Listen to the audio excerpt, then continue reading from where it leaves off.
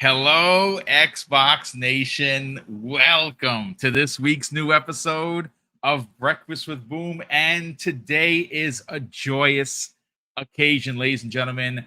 As Xbox gamers, not only did Microsoft win, but we won as well. It is going to be a day of days to remember. What a Friday the 13th. All I can tell you is that we have so many quotes from so many important people. I will tell you what we're not going to read live on the air is what the CMA had to say, because honestly, it's rubbish. I've read through it. It seems like they want to be the smartest one in the room. Congratulations. You told Microsoft, you put them in the corner.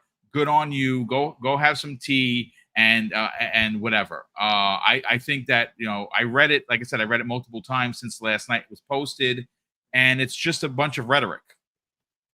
We wanted to be right, and we made Microsoft do something that we wanted to do, so we won. Good on you. Congratulations, CMA. Ultimately, the deal is done. It is official. It is consummated. It has been signed. That has been confirmed by numerous sources. We have we have Dusty joining us. Dusty, we'll get to you in a hot second, brother. But listen, congratulations to everyone that held the line. Now, if you're asking if King David is going to be here, I have reached out to King David. He does have the link. I don't know if he can get here in time. Hargeet Chani has been invited. We should get some other bodies in here. Steel Rain is going to make an appearance. I have sent the link to a lot of folks. Fuzzy and Crispy will be here momentarily. We're going to have a bunch of guests running in and out. There's a lot to get into, but I want to welcome in the chat. I don't know how big of a chat we're going to have today. But if you are someone that appreciates the work that goes into this show, please share this out on social media. Let people know that Double Barrel Gaming is doing a live stream surrounding the events of the Activision Blizzard King deal that was done. It's again, it's going to be a celebratory day for anyone that is an Xbox fan. And I have a bunch of things queued. I do want to show that absolute amazing trailer from Xbox welcoming to the family the Activision Blizzard King. The way they incorporated all of the characters of Xbox is brilliant.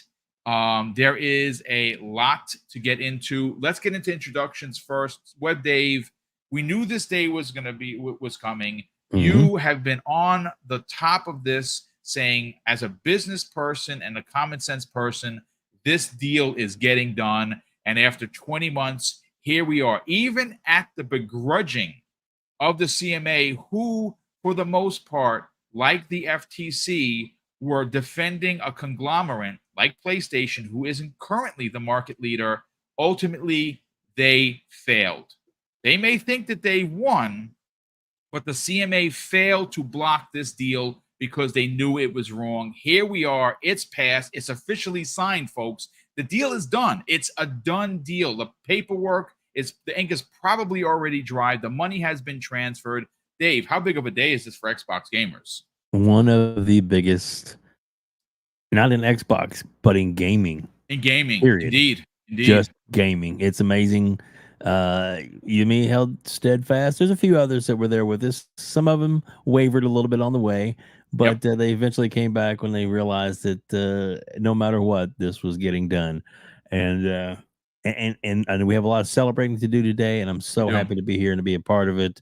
But at some point, Boom, in the next week, I know you're going to raise the question, who's next? Indeed. I keep seeing Goldberg from the WWF days of who's next, prior to him going to WWF, the WCW Goldberg of who's next, right? Well, that's what we're going to talk about in the coming weeks.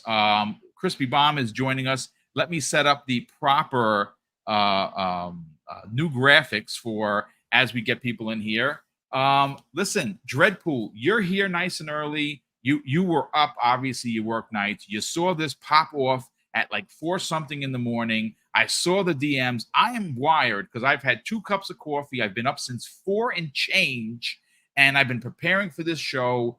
And again, from a horror point of view, what a Friday the 13th. It is definitely Jason Voorhees kicking in the door, wearing a Phil Spencer mask, and Jim Ryan and company, those kids running out the back window towards the tool shed where they will ultimately find their end. How you doing? Good morning. Oh, lordy, lordy, lordy, lordy. Okay. All you can hear my voice is a little rasp. It's been woo all through the night. Yeah, it absolutely That's has. how I'm doing. I am still wooing it in my head because I can't woo no more. If I could, my wife would kill me. But yeah, Well, I mean, there's a lot of wooing to go around, and I know that the slander is going to be turned up to 11, and rightfully so. There were so many people in this community that were poo-pooing this deal. Again, we're not going to name the names because we don't have to do that. You know the content creators that have been against this deal. You know the PlayStation fans that have been dumping on Xbox for years. Well, folks, I'm here to tell you, and Dred's here to tell you, that dumping stops because Microsoft now owns Call of Duty, just one of many franchises that are going to shift the attention of the gaming media, who I believe is going to be on their knees by next year. Oh, no. Hold on. I'm getting a message here. Hold on. This just in. Xbox still has no games. Oh, I knew it. Right. I knew it. Right. So yeah, no, it's great to be here. I love seeing each and every one of you guys in the chat coming in here and just enjoying the party. Okay, everybody says Friday the 13th is a bad day. I've always said it's a good day for me. My mother's birthday happens to be a 13th, and she always cries, and I'm like, it's a great day. It's your birthday. So guess what? Today, it's somebody else's birthday. It's ABK's it's funny you say birthday that. with Xbox. Yes, it's Gordon. definitely celebratory. But you know what? I know he's listening. I invited him. He can't be here. Obviously, he's a real journalist and he's super busy. Jez Corden, this is for you, baby. Happy birthday to Jez birthday, Corden. buddy. And I mean, what a day that he's going to remember. I don't know how old you are. You're probably still a kid compared to this old bastard, but it's fine. It's fine. Yes, Jez definitely happy Corden birthday, celebrating Jez. today. Obviously, we want to shout out the Xbox Era, who is obviously good friends of this program. They're live now, folks. If you're over there, please hang out with them. We want to give them as many views as you can. They're growing. John is a very good friend of mine. He's about to announce something big with the channel about taking it in a real positive direction. So I just shout out to Xbox Era. Watch their stuff, please. And then when they're done, come on over. We'll be here streaming for the next 2 hours and change. Maybe even 3. We'll see. But again, Xbox 2 today, later on with Jez Corden and Randall Thor. I see record numbers, Rand. I know you're listening, brother. I'm going to drop the link to you. I know it right now. It is 9 a.m. in Chi-Town, but you're welcome to join. I'm going to drop the link momentarily. But let's welcome in Crispy Bomb, who not only is here celebrating being an Xbox fan, but man, the Chiefs dominated last night's game. You're on a super high. What's up, brother? How you feeling, man? How are you mentally holding up to this monstrous news? Man, yeah, we definitely dominated that game, and we have a defense now, so watch out, NFL. I'm just saying. But yeah, I mean, I was like, am I going to wake up and this is going to be finally done? Because, after this and after, we talk about, what comes to Game Pass at certain points, we get to move on from this because it's been a very long couple years, which is just crazy to think about. We're almost at the 2-year mark on the dot. 20 months, dude. It's been a long freaking time. Yeah, and it's just like like like Friday the 13th of all days, but it's amazing and I'm happy to see what transpires over the next coming probably 6 months. We'll see understand the roadmap a little better, but we have a lot to talk about, so let's just get into it. Yeah, we listen. Again, we're going to be here. We got a lot of quotes. We're still waiting. Again, folks, we ran a little early. Rand, if you're listening, I doubt that you are. You're probably sleeping. I can't send you a DM. It's Twitter's is breaking down as we speak. I'll get you the link as soon as I can get you the link. I invited a few others. I don't think this show is still too small for a lot of big names to get here. But listen, everyone is welcome. You want to jump on, you want to throw your bars in there. As long as you don't curse, like F-bomb kind of cursing, you're good. I know I let it slip every now and again because I get emotional, but I'm going to kind of turn that down because we know there's going to be a lot of people listening, especially in the younger audience. Dusty, I don't know if you're there, brother. All the way from California. I know it's super early. It's 7:02 where you are. Welcome to the program, Dusty. Are you there, sir? I know he said he had to go. He's going to get coffee. So yeah, I would imagine so. Don't blame him. Yeah, listen. I have already had 2 cups, and I'm probably going to have a third.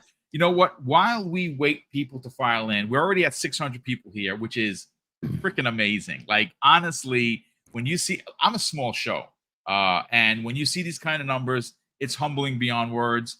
I have to say it because Randall Thor, I'm very good friends with him. He will scold me as he has done before. He says, Boom, you got to ask for it. So I'm going to ask you, if you're finding the channel for the first time, we are on the hunt for 14K. I know it's not 100K, but it's still important to us. Mrs. Boom and I, we're a mom and pop organization. It's just us. That's it. No corporate sponsors. Everything we do is we do it ourselves.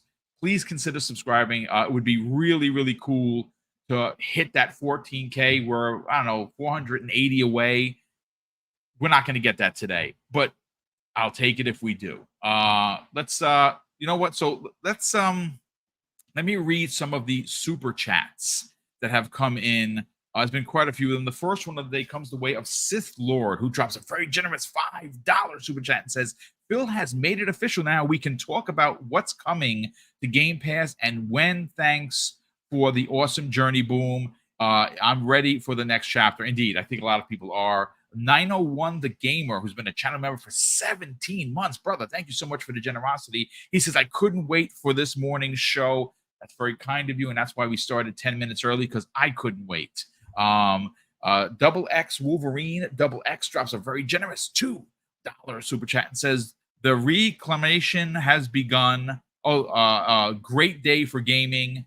Yes, it absolutely is. I think first place is going to go the way of the dodo, if you will, for PlayStation.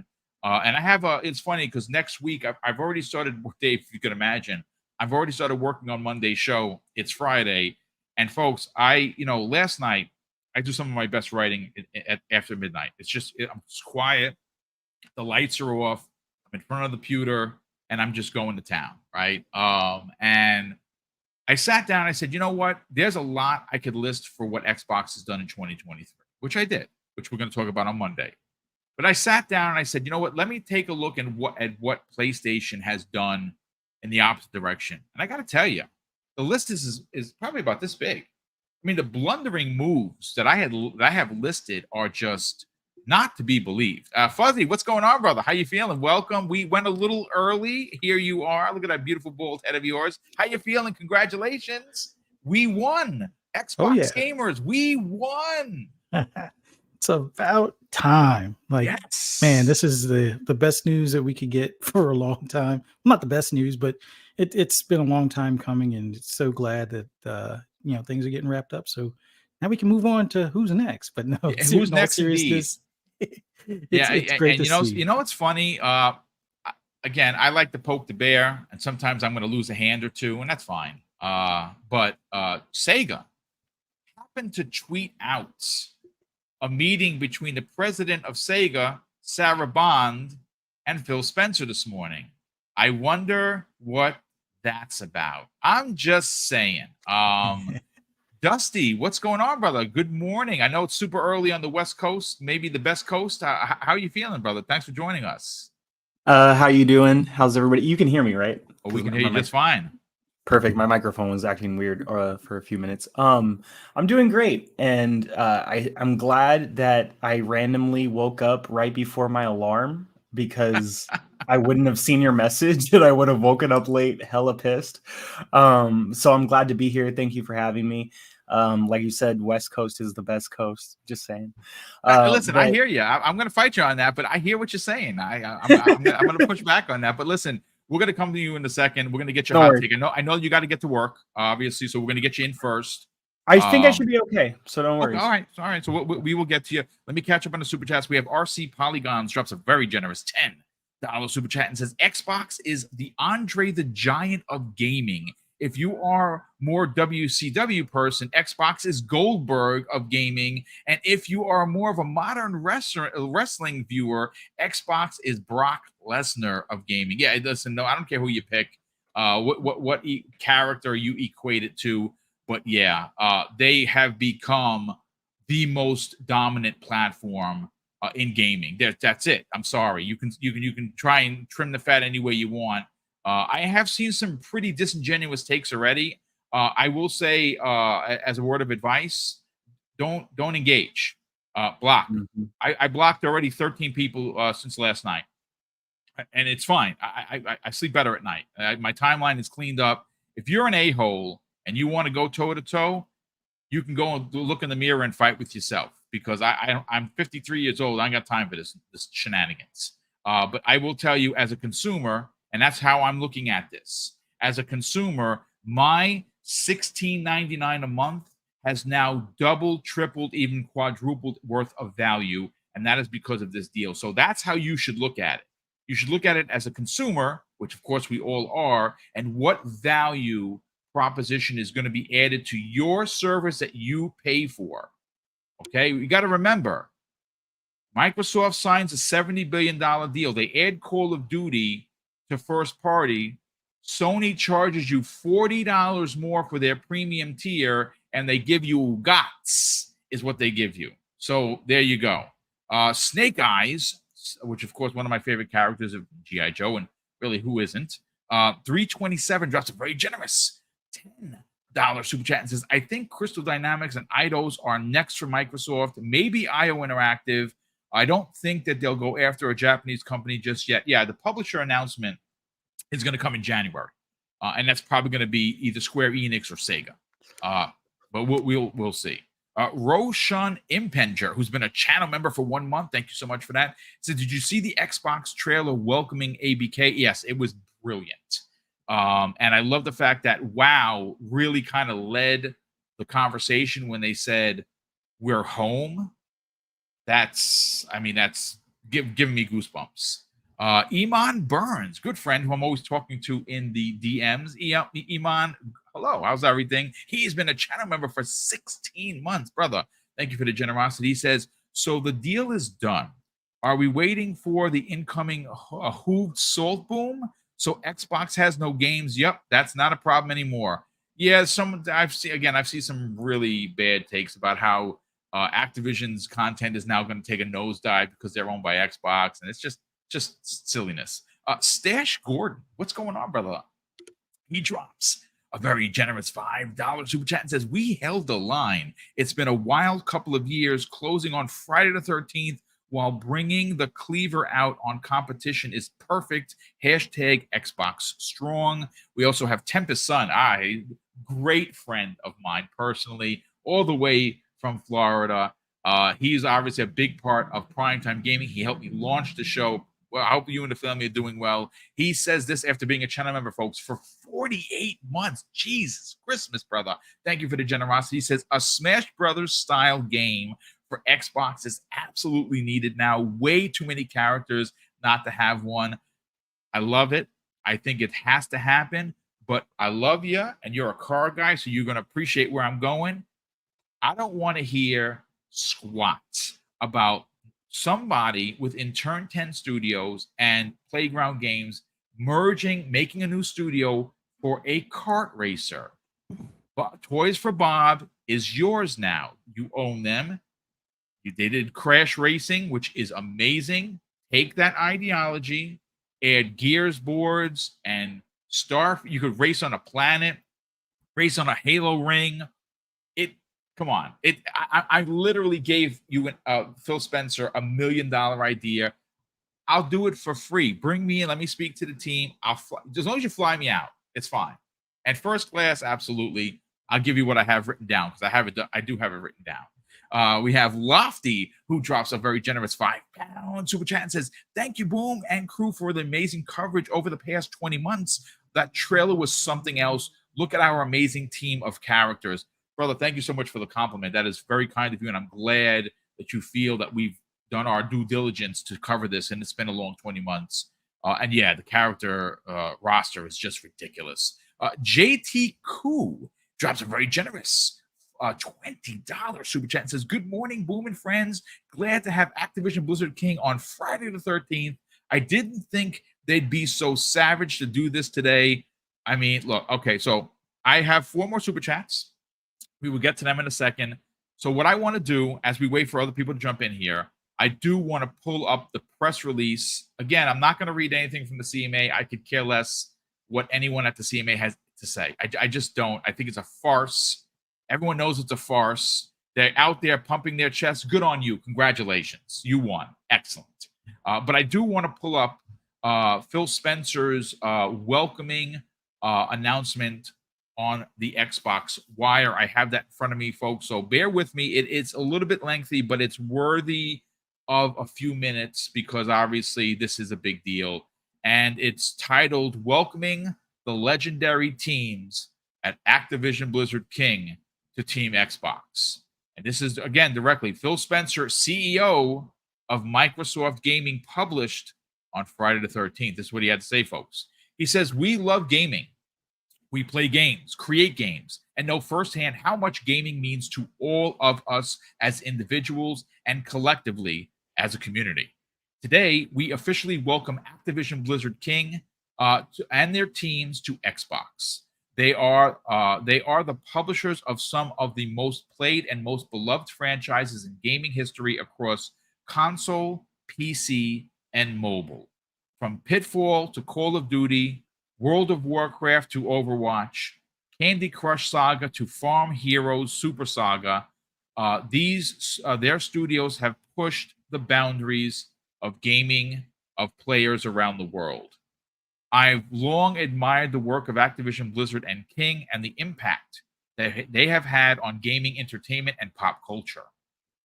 While it was late nights spent playing Diablo 4 campaign with friends from start to finish, gathering the entire family in the rec room for our weekly Guitar Hero night, or going on an epic streak in Candy Crush, some of my most memorable gaming moments came from experiences from their studios that they have created. It is incredible to welcome such a legendary team to Xbox. As one team, we'll learn, innovate, and continue to deliver on our promise to bring the joy of gaming, joy and community of gaming to more people. We'll do this in a culture that strives to empower everyone to do their best work, where all people are welcome and is centered on our ongoing commitment of gaming for everyone. We are intentional about inclusion in everything we do at Xbox, from our teams to the products we make to the stories we tell to the way our people interact and engage as a wider gaming community. Let me see how much longer is this. Yeah, it's a bit longer.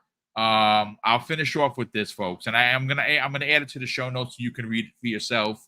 It's very powerful, and again, it's a lot longer. I'm gonna end it here. He says, "Together we'll create new worlds and stories. Bring your favorite games to more places so more players can join in, and will engage with and delight players in new, innovative ways in the places they love to play, including mobile, cloud, streaming, and more." Let's bring in Web Dave on this one. Okay, so it's done. The deal is done. Here we are with something we've been talking about for 20 months. There were a lot of people that were against this deal. I don't know how the gaming media is going to react, but my opinion on it is that they're going to react poorly because, well, that is who the gaming media has been. It has been recently, and I would imagine it's going to continue to be that way until Microsoft is so big, until Xbox gaming is so large and has so much of the market that Sony isn't padding the pockets. And like I said, and I mean it, I don't mean it facetiously, the gaming media, who I believe in many cases is corrupt, will be on their knees by next year. And you know what? I hope that Microsoft decides not to take the call of some of these disingenuous people. because they have been disingenuous for quite some time, slanderous, disrespectful at times, and now we're in a position where Sony they're flopping around, they're flandering. They don't have a direction. We don't have a roadmap. They lost their so-called leader. It has turned in from first-party dominance to let's become a gas game manufacturer. Sony is in trouble, and eventually they're going to lose their grasp. And today was the first step in seeing that happen, and competition is finally going to be even keeled. Let's get your hot take on this, man. Yeah, it is a great day for gaming. Period. To be a gamer, this is the day. And there's been a few little news outlets that have already started talking about it. And to be honest, I haven't seen anything super slanderous from the big boys, as it were, like IGN. You know, some of the writers for IGN have already started dropping a few comments. You know, like the deal's done. You know, this is great. This is what we can look forward to. We'll see how it plays out over the next couple of weeks. You know, as Phil and them make their announcements, and as more and more things come out, and there's a lot of stuff that's the actual quote unquote deal as to what Ubisoft is going to be actually in control of, and what it all means, and how it plays out as far as what comes into Game Pass, where those kind of Game Pass should say Game Pass streaming, because that's really all they control. Those kind of answers of the questions we've had will be answered very soon, because we're actually going to get the documents and stuff. We'll be able to see the fine line, the information, all that kind of stuff is going to be start coming out as far as like what they exactly agreed to and how this is going to work. And I do believe there'll be, I mean, obviously we got some good celebration stuff. We got a great video from Microsoft, which was going to play it. We're going to play it. Yeah, I have it very queued, yes. well done, that it just absolutely incorporated all these different franchises. You know, some of them they were like, "Ooh, they got that one." Ooh, kind of thing. And some of the way they worked it in, the way they edited it, they deserve an award right there, because it is absolutely perfect the way they did it, because it really gets your feels. And I watched it like 5 times just to see like, who I paused it a couple of times. Listen, I nerded out, folks. I'm not going to sit here in front of you. I'm going to tell you this. My biggest takeaway, and we'll get to it because I'm going to show it. And here's the thing, folks. I'm not going to play the music because it's licensed. Right. Yeah. And I don't want to get hit with a stinger. I'd rather not. We'll play it multiple times. It's going to be without the sound, unfortunately, because Microsoft is pretty good. Like, I could fight it and reach out to PR, potentially get it taken down, but I'm too small. YouTube doesn't even know I exist outside of taking their 30%. So it would be difficult. So I'll play it with no sound. But the one thing, Dave, out of that video that I took away was Sekiro. Yes. Sekiro tells me they own that IP. Yep. And if they own the IP, please continue, sir. That's going to be some good times. I do have a question for you, Boom. Are you seeing the member chats as they come up? Yes. Okay, so I don't have to cut.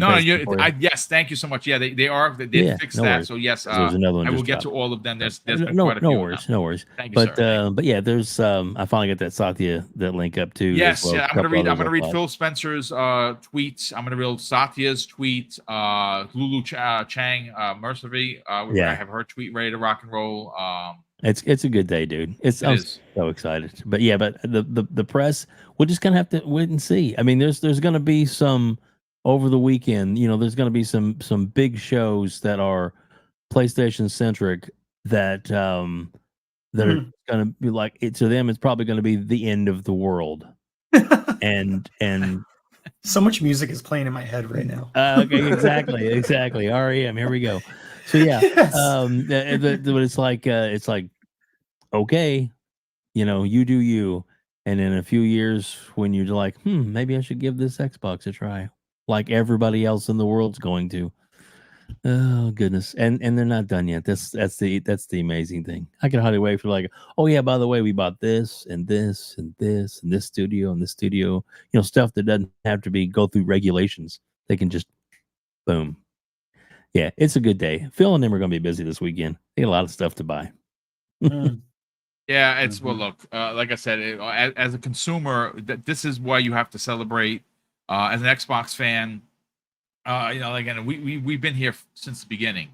When Xbox had 4 studios, pre E3 2018, and since Phil got promoted, right, in 2018, well, he got 2 promotions, one in 2017, and he got promoted again in 2018. From 2018 to 2023, look what he has done. It is astounding how they turned around Xbox, which most people thought was going to go the way of the dodo. It was on its heels.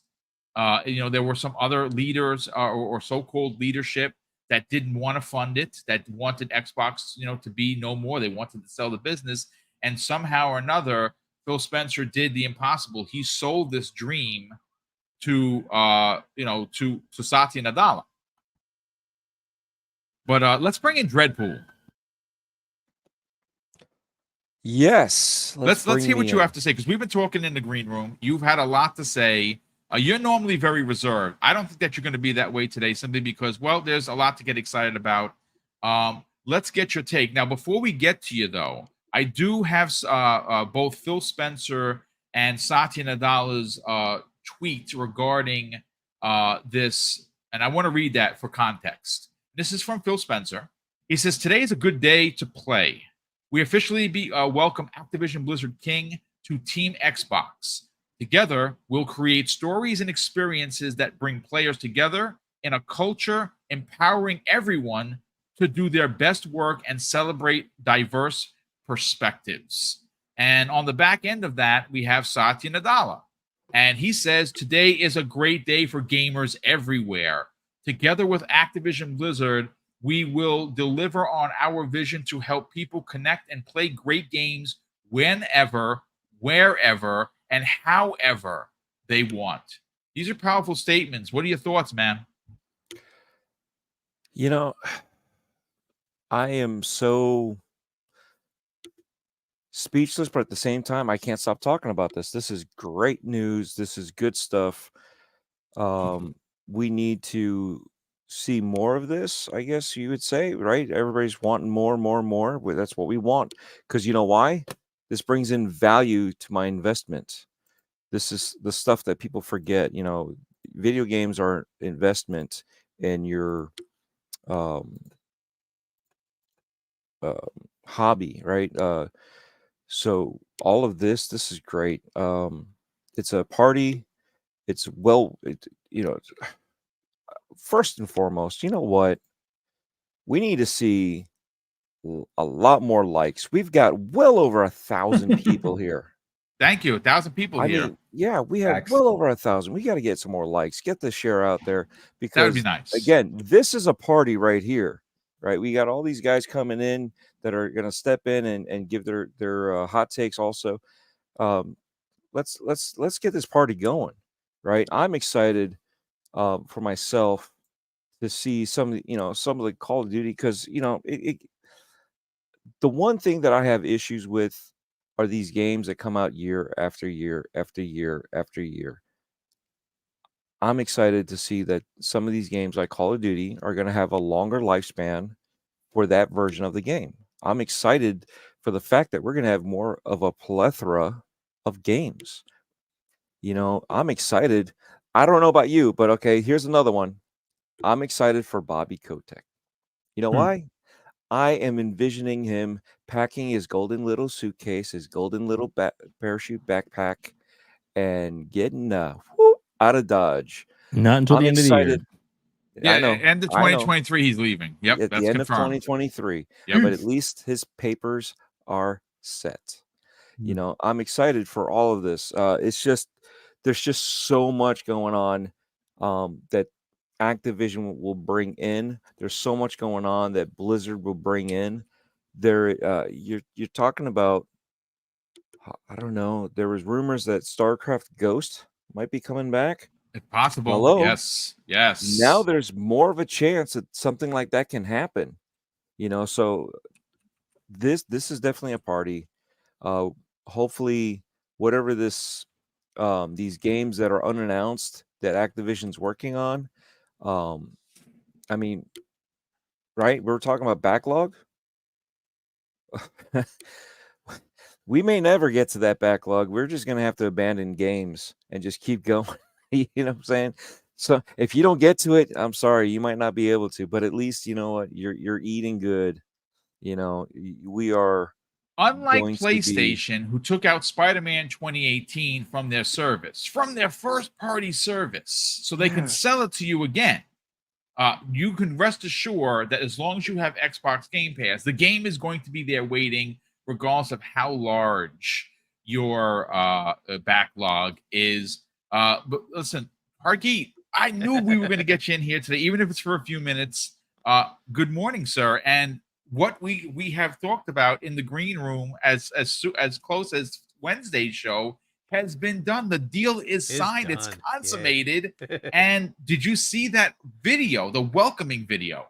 I have not gotten a chance to see it. No, not Well, yet. we're gonna play it in a hot second. Awesome. But we like I said, we will get to you. And thank you so much for joining us, Hargeet. Definitely appreciate you being here. I can imagine that the source videos are going to be coming fast and furious. Oh, yeah. Gaz has already done what Gaz does best, and he's been out there tweeting. And you know, we love Gaz. What's not to love about that man? But thanks so much for joining us.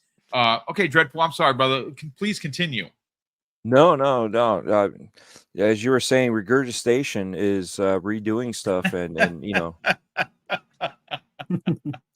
That regurgitation, I love it.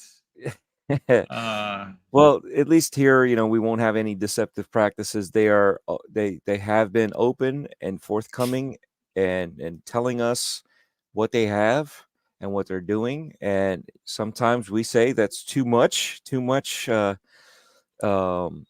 transparency. And you know, now they have so much that they can actually keep some of it to themselves and really give us some pleasant surprise, like Hi-Fi Rush.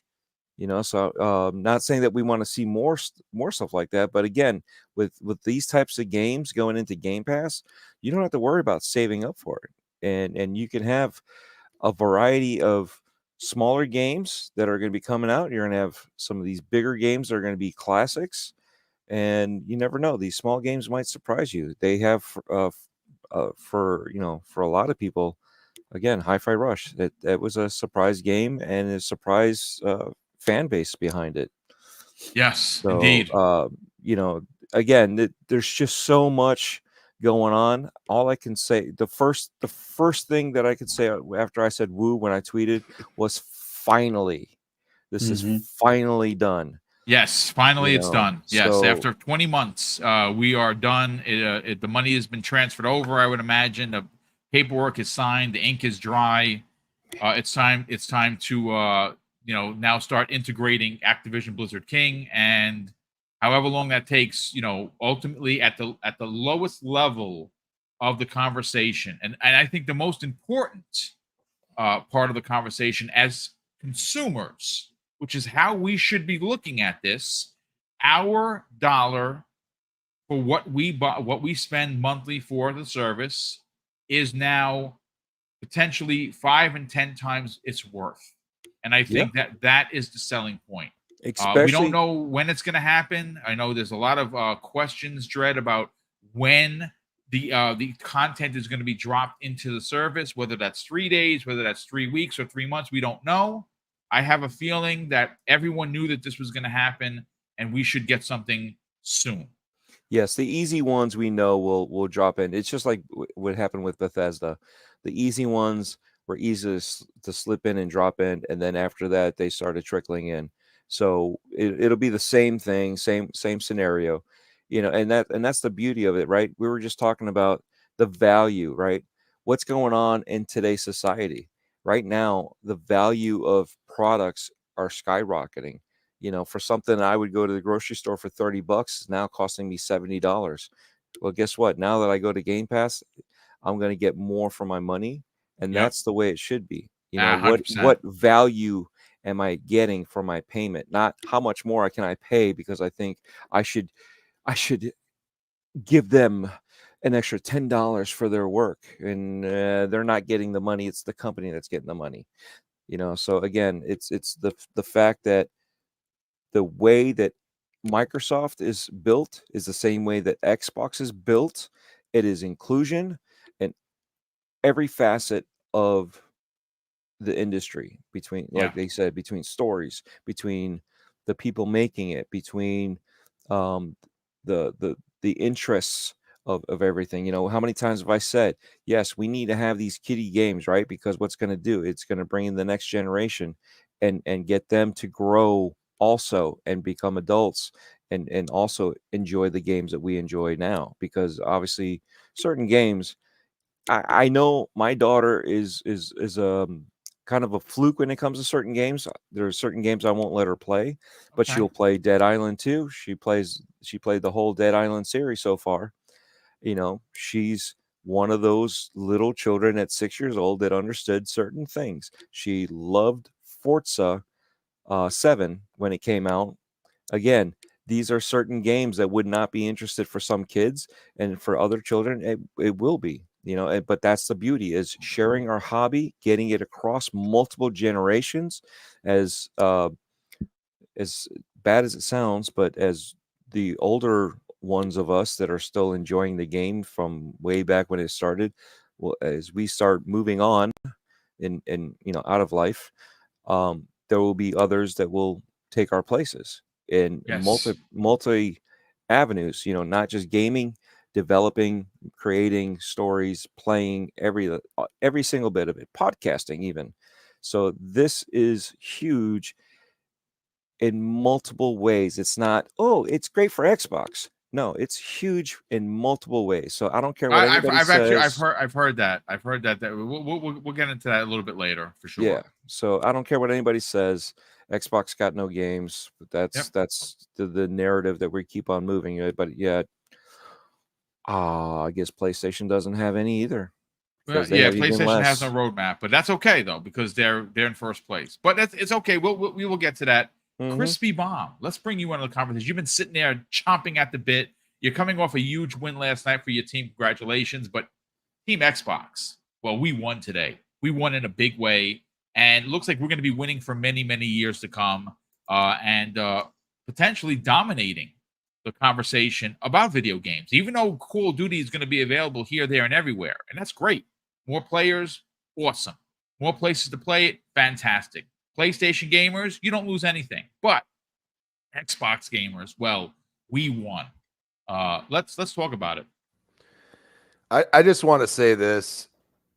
Thank you, Phil, for not giving up. Yep. And if you're listening, I mean, as a Gears fan and what you did for my beloved franchise, and just not quitting. You didn't quit, and that's where I go and say, Phil, you're a gamer, and we appreciate you. Hopefully, you get to take a long holiday vacation. I think the whole Microsoft team deserves that. I know everybody's like, "Oh, what are you going to purchase next?" I think these guys need a break. The whole team. This is not just good for gamers. This is good for the developers.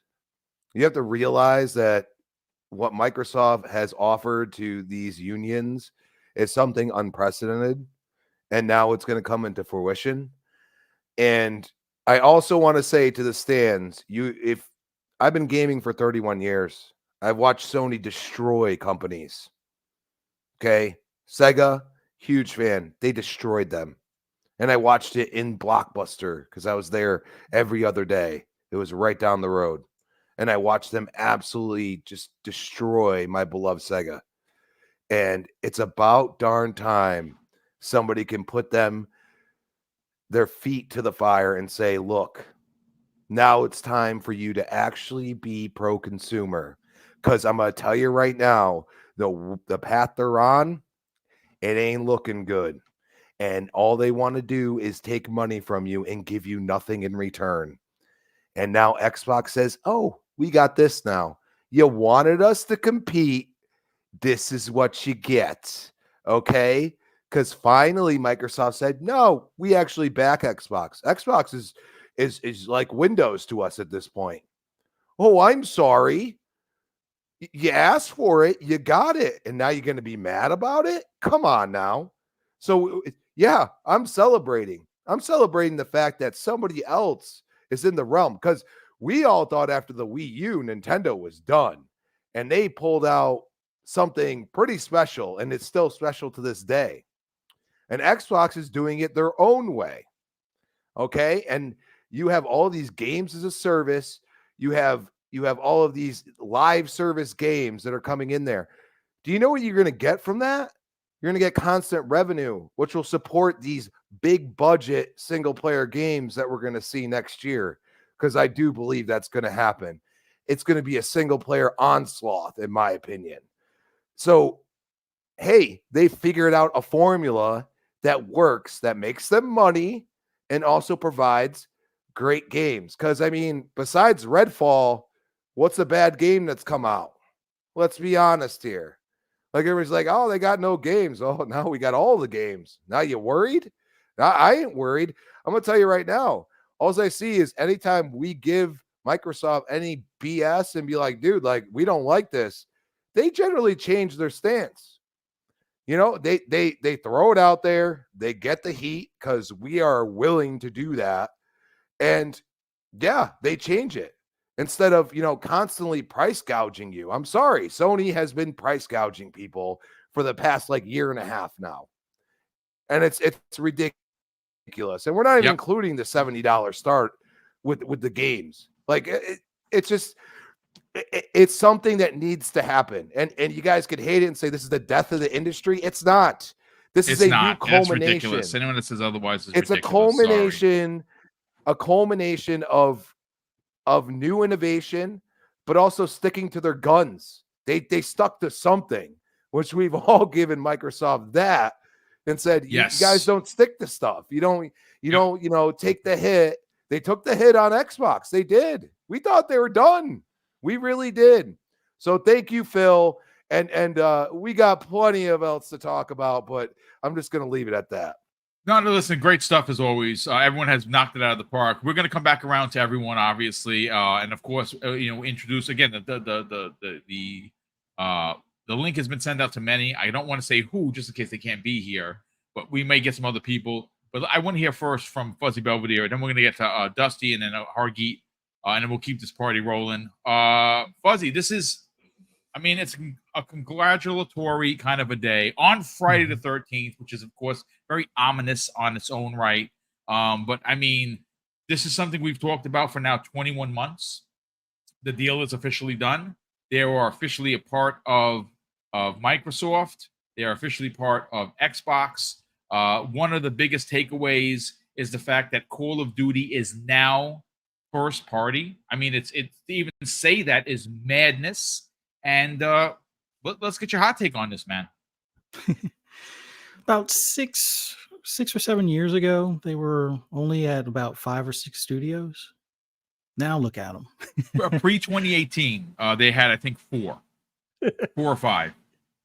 So for all those that were like, yeah, Xbox has no games, only Halo, Forza, and Gears. Yeah, now look at you.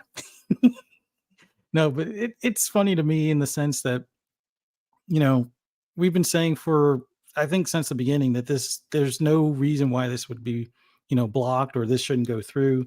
This will eventually go through. And there were people that would always be like, you guys don't know what you're talking about. The CMA is our champion, blah, blah, blah. It's hilarious. But I'm happy I bought shares when I did. So I'm waiting for that to fully clear. Charles Schwab still shows at like 94.54. So I'm waiting for it to clear the 95. Yeah, it's finally done. And, we joke about who's next and stuff like that. But I think the big thing going forward is for all of those doubters of Game Pass and just what that value added service brings. Now, a lot of people that are getting into gaming are going to see that, okay, pretty much all the games that they would want, minus maybe the Sony first party exclusives, are on a service where I just pay monthly, almost like a Netflix, almost like a Disney Plus. but it's better in the sense because one, you can actually buy the stuff if you choose to, and two, it's always getting a wide variety. Like they still say the silliness of, oh, it has over 100 games, and it's more like 400 games, but who's counting? But yeah, it's this has been the day that we've been kind of waiting for, and moving forward, I'm just curious to see, just like what we saw through, with Bethesda, that they have stuff that's in the oven already. And we kind of heard a few leaks as far as like a survival game that Blizzard has been working on. Treyarch is working on possibly like a sci-fi shooter and stuff. So I'm just curious on when we get to hear more about some of those, pet projects that they may have never seen the light previously because they were becoming a Call of Duty factory. I'm curious to see what they are about, and when we get to see them, maybe next E3 even, which or not. I say E3, but I mean, in all honesty, the Xbox showcase moving forward is going to be its own little E3. It's literally going to be its own E3. Yeah, absolutely. They're gonna have to have 3 different shows for everything that's coming out. It's ridiculous. Or just take a whole week and give each team a day, or like 4 teams a day kind of thing. But man, this is so great to see. As gamers, we all win. And for those that are crying in the corner because their preferred brand can't pull off moves like this, this is why you always talked about Xbox guys not demanding better when they clearly have, and we've gotten better. What are you guys doing now? You're champion a kickstand that looks like a paperclip or like a replaceable. You mean like this? Because I got one, folks. There it is. I got it. Look, here it is. That is holding your $500 device. Congratulations. Where's that PS5 Pro? I thought it was supposed to be a Pro. Oh, yeah, okay. But it is what it is. But I'm just happy. Like now, more like a rope-a-dope than a Pro. Yeah, there you go. I think about it's not even a complaint. The only thing I'm anxious about is when do we hear more about the family plan? But aside from that, this is a W beyond all W's. Like, yeah, this is a happy day, and everybody should just celebrate for the fact, from a gaming standpoint, if you're an Xbox fan or not. If you're not, this is going to cause your preferred brand to probably step it up, or hopefully step it up, or they'll be stepped on. So that's all I got. Well, I mean, funny, Keasante and Everborn were, we were, having our normal talks, and actually Keasante, he should be joining us shortly. He's in a work meeting. Same thing for Everborn. They're going to be joining us shortly as well. We said the same thing. Actually, Kay said, I'll let him give him his spiel, but he thinks that not only did Xbox gamers win, he thinks that PlayStation gamers won as well, because what it's going to ultimately do is force Sony to pivot from the path that they're taking, which is all gas games that no one asked for. You can have those games, and Microsoft has proven that you can have those and be successful, even though they were shunned. Let's call a spade here, folks. Microsoft was clowned by many people in this industry, including the gaming media, for Sea of Thieves, for Grounded, for Minecraft Legends and Minecraft Dungeons, because they're like, nobody wants to play those kid games. Really? Well, there you go. But Dusty, let's bring you in on the conversation, brother. I know we only got you for a little bit. Let's talk about it. What are your congratulatory thoughts on today's big, ginormous win that we all knew should have happened probably 6 months ago? But we're here, 21 months later. We're finally here. Xbox gamers win, and the industry is going to be changed in a way that we've never seen. I've been gaming for 40 years, folks, and I've never seen anything this monstrous. And here we are talking about Xbox has Call of Duty, one of the biggest names in gaming, as first party. What are your thoughts? About time.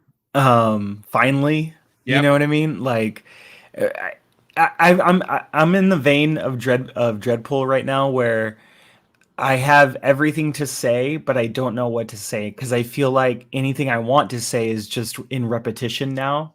It's like, finally, we're here. All right, let's go. You know, like, I mean, I'm sending you AI photos, like, as everyone's talking on the side, because I'm just Everyone's doing the yeah, AI I know. photos. Yeah. I'm going. It's somebody take my phone. It's ridiculous. Like, I'm going nuts with this stuff, but it's expected. And I was even saying to myself yesterday, all of the naysayers, like, it's one thing if you didn't think the deal was going to work out because of like plausible information that you had, you just didn't really see it, whatever, right? But there were people that were really just so quick to attack this deal and the whole process and what Xbox is trying to do the minute that you bring up any positivity about it, that I was sitting there thinking to myself, how do you all feel now? I tried telling like so many of you, especially in different avenues of Discord months ago, that this deal was going to close, that what's going on with the regulators is actually not okay. I don't know if anybody's going to step in and regulate them in the next couple of months, but I just didn't, nothing made sense to me that this deal would not go through. I mean, I'm not well versed in this type of stuff, but just looking at everything objectively and subjectively, I didn't understand how this deal wouldn't work. Maybe with heavy scrutiny from whoever, but at the same time, this looked like a done deal.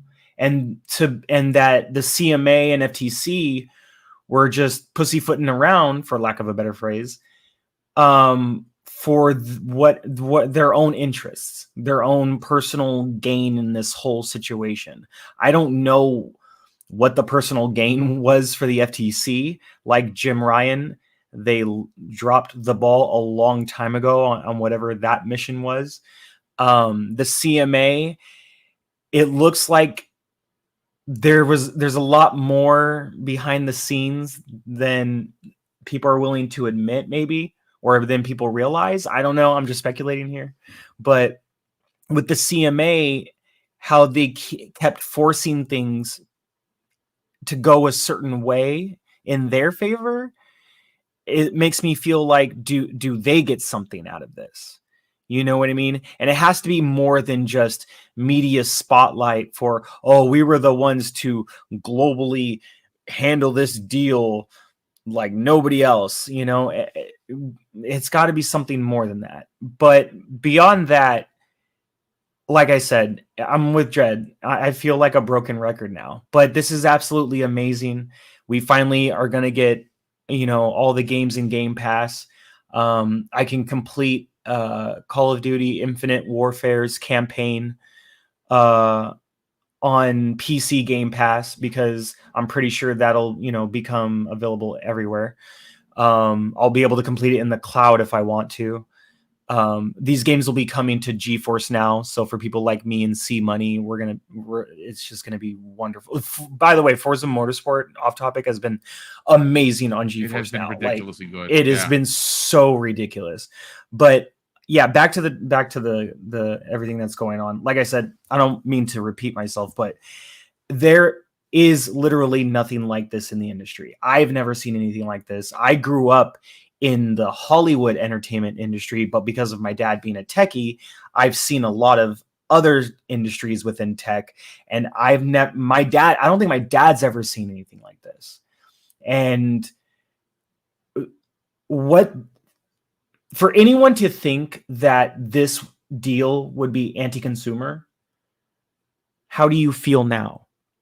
For everyone that doubted this deal without fact, how do you feel now?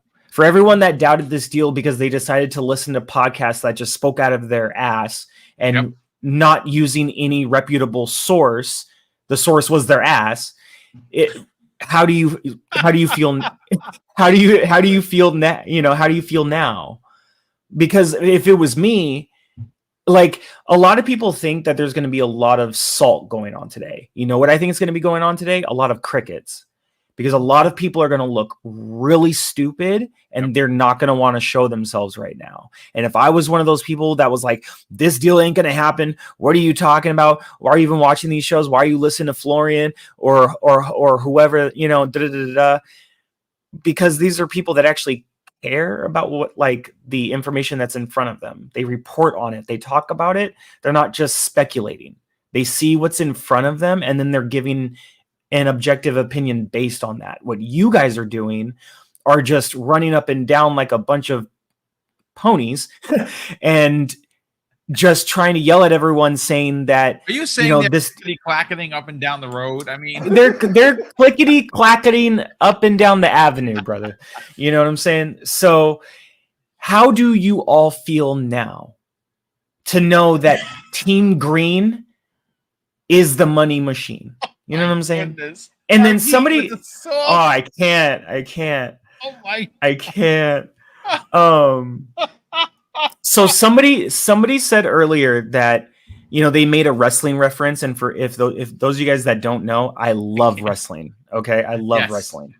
Now, I would not use Brock Lesnar as the example for Xbox or Phil Spencer. The reason being is because if you've watched modern wrestling, Brock Lesnar is losing. So that's more of a Jim Ryan. You come in heavy, you come in looking like the heavyweight, you're about to shake things up, but you don't leave the place better than you found it.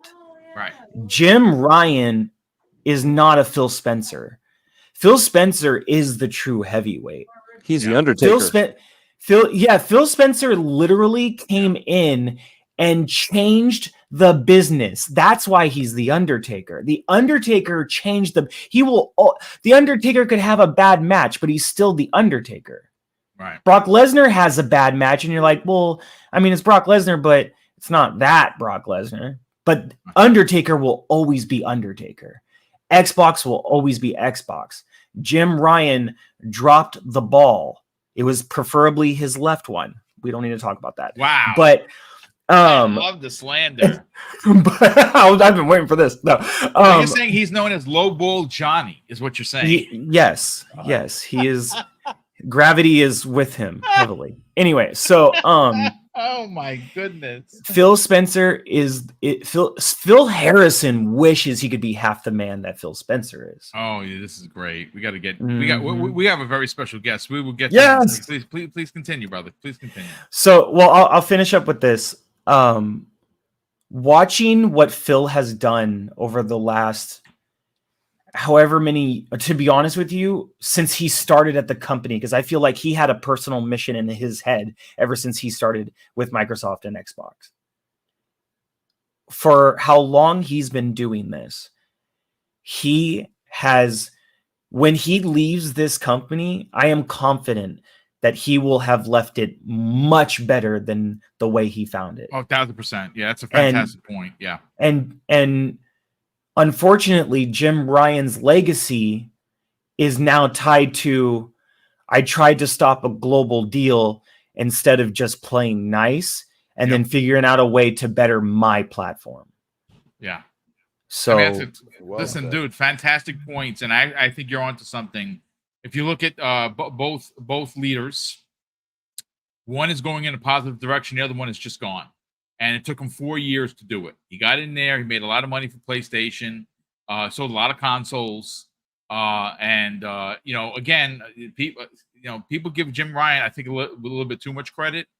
Sean Layden is the one that the reason why you have God of War and Horizon and everything else. That was all in production when poor Sean Layden was shown the door in the most inappropriate way.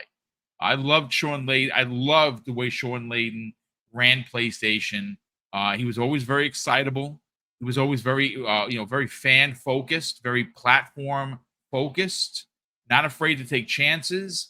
And Jim Ryan ran it as a business with no heart. And well, we see what's happening. But great points all around, Dusty, brother. Well, thank you so much. Last thing, going off of what you just said. Mm-hmm. Why is it that when you think about gaming platforms and communities, PlayStation's the only one that right now feels like doesn't have a community? like it a has true a community, proper, but it's a very like, toxic community that uses hate yes. brigades as the tip of their spear, which is why, I mean, again, That not sounds like everybody. a cult, not a I was community. gonna No, I say mean, it sounds like a cult. some Yeah. people, you could suggest it as that. I mean, listen, let's understand something. Everyone at PlayStation, all their gamers, they're not terrible people. I know plenty Yes, of Joe, agreed. Mr. Badbit is a perfect example of how you represent your brand in the most proper way. So PlayStation has an amazing community. Unfortunately, it is It's marred overshadowed. Yeah. or overshadowed by the tremendous toxicity that is known as that brand. I'm sorry, it is gross, it is ugly, and it's unfortunate that the Yeah. good folks at PlayStation get overlapped or overshadowed or marred, whatever pun you want to use.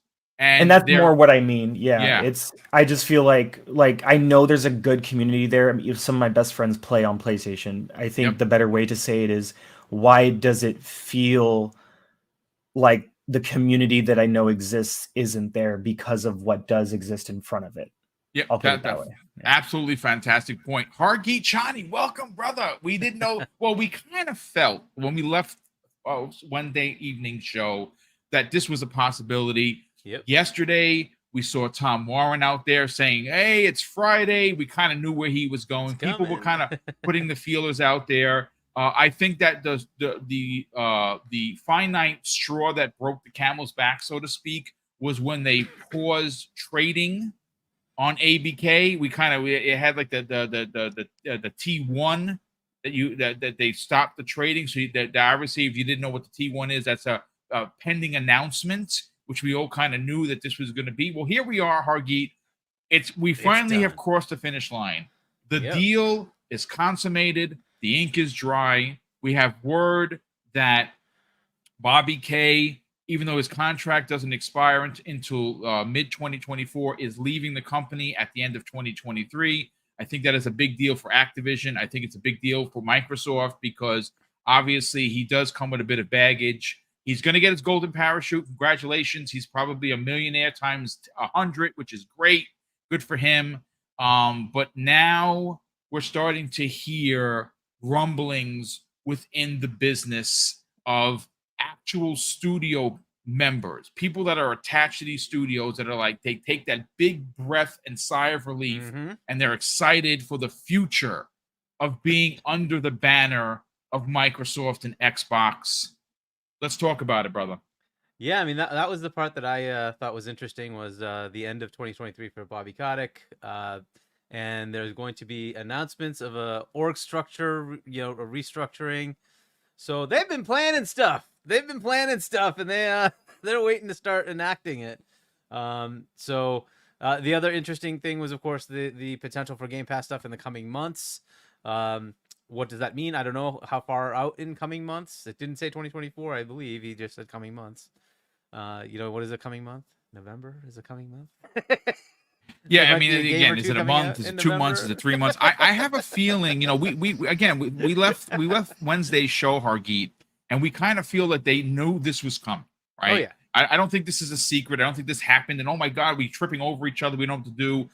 I don't know how much they're going to put in there, but Jez Corden had put out a story that going against what Activision Blizzard said on Twitter, you can expect a massive drop. Now, what is that massive drop? Is it 10 games? Is it 20 games? Is it 30 games? Right? We'll see. So Call of Duty is coming home to the place that made Call of Duty what it is.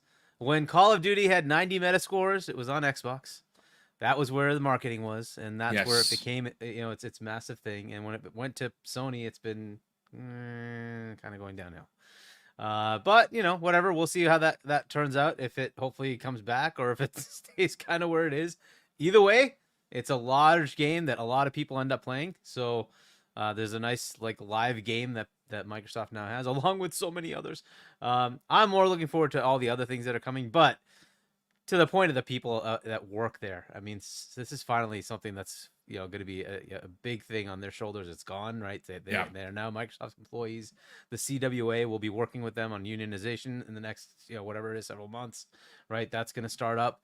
This is going to be a big, huge sea change in the gaming industry when one of the largest publishers or set of publishers is now going to have unionization, right? This is going to be a huge deal for game developers, and we'll see how that goes over the next decade or so as it like permeates through the industry, right? If one company's doing it, then the others have to start matching that, right? So we'll see what that does, right? That is one of the biggest things. Yes, this is great for Xbox. It's great for.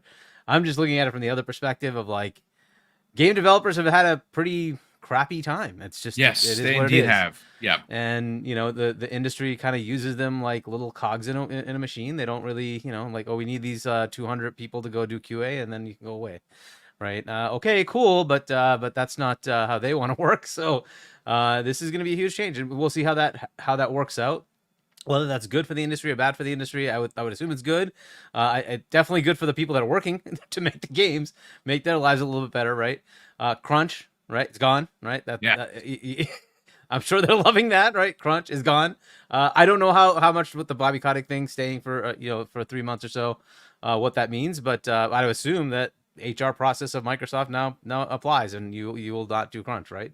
But we'll see, right? So, but those are the things that are going to be very big.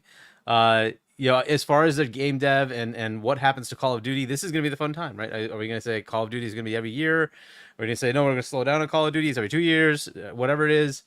We don't need to have you come in like, 80 hours a week to finish a Call of Duty. I agree. Yeah. Let's like slow that down a bit. And then, hey, maybe we can spend time on other IPs, new ones, and or stuff that's in the catalog we have, right? So great potential there.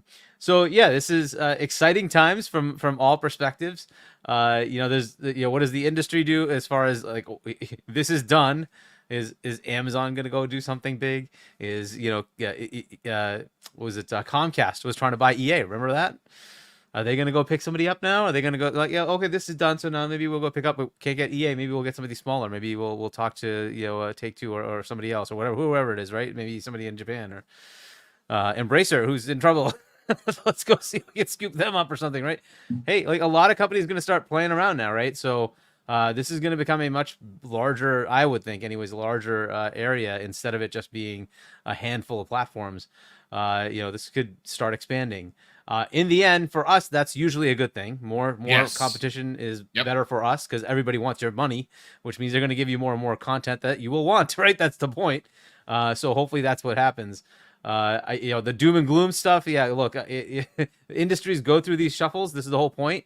The last one to do this was, guess who? Sony. Sony destroyed the entire gaming industry by wiping everybody out by saying we're going to take a massive loss even on the actual cost of the hardware and sell you the PlayStation way under its actual cost. Okay, cool. But the other companies couldn't afford that, and so they went away. Right, and the only one that could come out of it because of their portables was Nintendo. They sustained because they had the Game Boy and Game Boy Color and Advance and all those. I mean, Otherwise, even they'd to have been some gone extent, they really killed Nintendo a bit. Oh, they did. Right? 100% they did. Like, look, they told us, right, to Sony that Nintendo does not compete with us. Right? Why is that? Because Nintendo did decide we're not going to compete at that level. We just can't. Right? If we're going to keep taking these hits and we don't get the third-party revenue, it's just not going to work for us, right? And Sony keeps making those deals, right? They keep going and getting the content. Well, unfortunately, it's a problem when you say I'm going to subsidize my console hit, the hardware cost from those third-party deals that aren't coming. So Nintendo said we're not going to do that, right? We're going to primarily, and I think they get 80% of their revenue from them, their own catalog, their own first party, right? And they don't care. That's fine. We'll work on that. We'll always sell our hardware at profit. And they have one of the highest attach rates in gaming. They do. If you look at the attach rates for first party software sold per console sold on Nintendo, it's like 70%. It's egregious how well that they do. Yeah, if you look at like the top sales of games, right? The top 50 games, 100 games that sell well, Sony does not really rate that much in that area. The games that do are mostly Nintendo.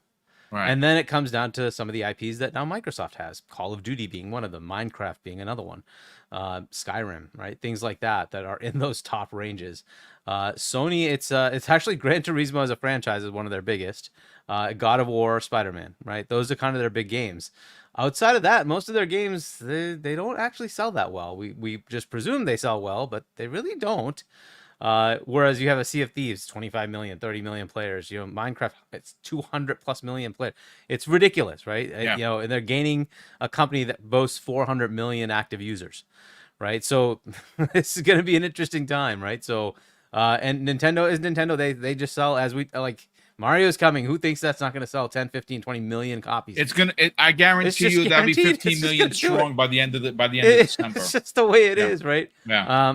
In the same time, God of War Ragnarok sold what was 11 million. Pokemon was 20 plus, right? Same time frame. They just sell. They don't care. They just keep selling, right? But Nintendo's Nintendo. You know, Sony was the last one who kind of changed the gaming industry. It's looking like Microsoft is going to start pushing that way as well. A lot of it from the game dev side as well, right? Not just from the you know game consumer side, which is a cool thing for us, right? Game Pass suddenly will get a whole bunch of games. But it is very interesting what will happen over the next decade as far as the game development cycle. As we're noticing, game development cycles are longer and longer and longer, and it's more and more work. 5 to 7 years now, man. Yeah, and so we'll see how that moves forward, right? Are they going to keep doing that? Are we going to get more groundeds? Are we going to get more pentiments, right? I think that's a good way to bridge the gap. Instead of having all these massive games, let studios flex a little and try some smaller things. And see if they can give you something cool in between. Prototype reboots of sorts. Yeah, there's so many things we could do. I mean, so for me, here's one that I would love to see, but I don't know if it's ever going to happen, is they now own this property called Gabriel Knight, which if you have never played Gabriel Knight, it was a point-and-click adventure, but it was a very mature point-and-click adventure.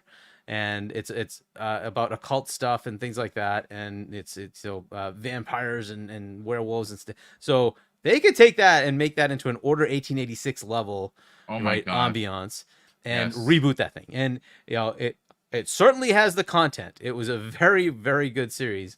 They certainly could. So if they wanted to do that, they could just take that and give you a whole new modern take on it. Bring on the creator, that was Jane Jensen, and just work with her to make that trilogy happen, and then go further, make a fourth installment on and on, right? That would be a fantastic series if they wanted to go down that path. There's so many options, though. They have so much content.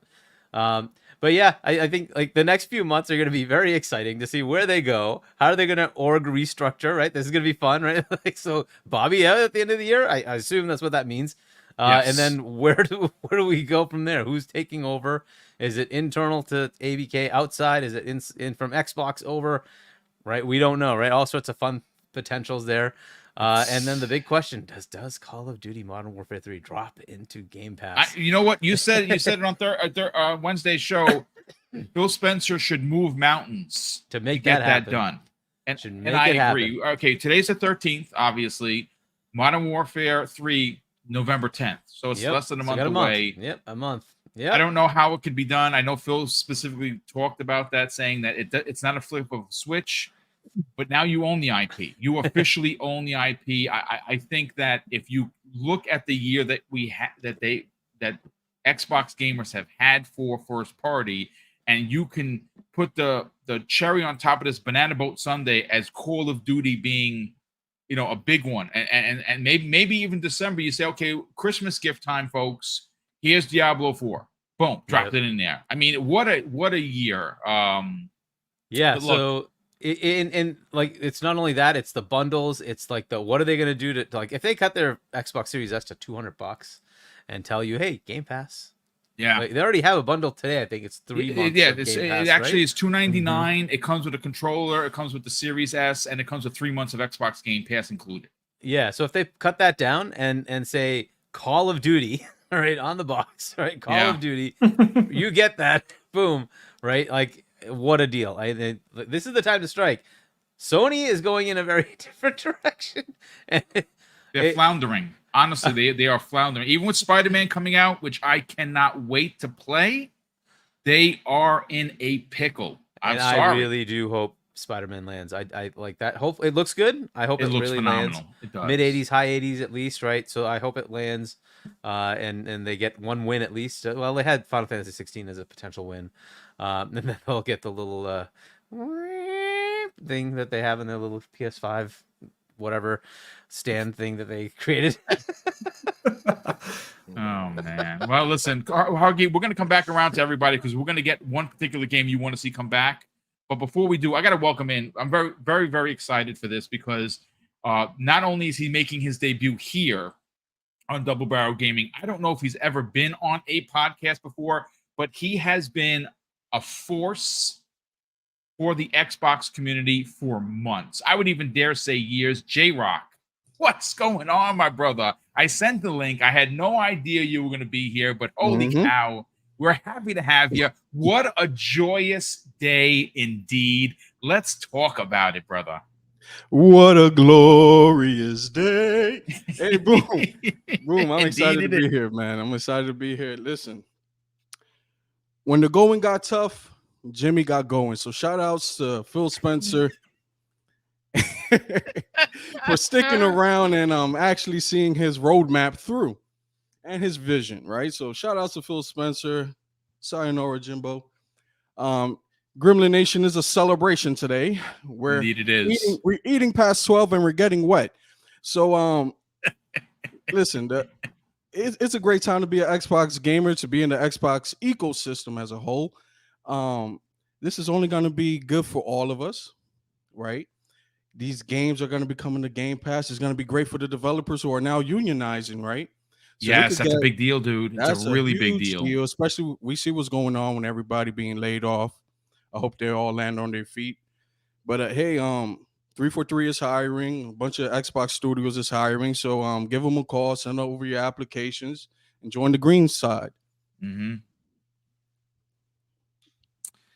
I mean, listen, J-Rock, this, we saw for months a lot of negativity. And you know what? When you say social media, like, you like to have fun out there. And we do. And I'm always retweeting your stuff. And it's fun. But what was perplexing, and even today it's a bit perplexing because I'm starting to see the stuff come out there, was the gaming media. They were poo-pooing this deal at every turn. They have gone out of their way to step on put the boot on the neck, so to speak, of Xbox. I'm curious to get your opinion on when we're going to see the change, because ultimately PlayStation is going to lose its lead. But see, that's the thing I wanted to be clear here. They're not going to lose the lead because Activision Blizzard King is now Xbox first party. They have lost the lead. They have lost their direction because they are leaderless. And some of the choices that Jim Ryan made to course correct from dominant first party games to games as a service throughout the entire PlayStation Studios is where they made the mistake. And remember, he was there for 4 years. When you start implementing these ideologies, it takes years to turn that ship around. That's why SIE is not being controlled by like a Herman Holtz. It's being controlled by Sony proper because they're directionalists. When do you see? When do you think, J-Rock, we're going to see the change in ideology for the gaming media? When are they actually officially going to recognize that Xbox is here to stay and will potentially be the market leader maybe this time next year? Before I even go into that, I just typed in PlayStation roadmap on Google Maps and nothing came up. So yeah, it's looking rough out here. Looking spooky. It's looking spooky out here. There's no results. Boom. But concerning your question, I say give it about 2-3 years, maybe even the next console generations, because they got to get these emotions and feelings out of their system. And when money, at the end of the day, money talks, right? And if Xbox is the industry leader that we all predict they will be in a few years, then listen, it's going to be Xbox, buttering their bread, so to speak. So yeah, for better or for worse, we'll see some changes in their attitudes and whatnot in a few years. I expect them, but let's not get this whole thing confused. There are ponies in this industry, and for better or for worse, they will not change.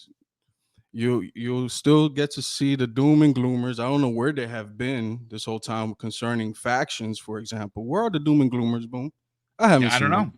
know. I know factions have been officially canceled though. Boom, I checked every stable in New York and there's not many. I went up to Finger Lakes, upstate New York. I found a few. I couldn't find the doomers there. So we're putting out some milk cartons with some doom and gloomer pictures in the back, asking for rewards. When you find them, look, Hargeet found them. J Rock, look at that. They're all look, that's where they're all running. Where's that? They're in They're troves. running away. They're running.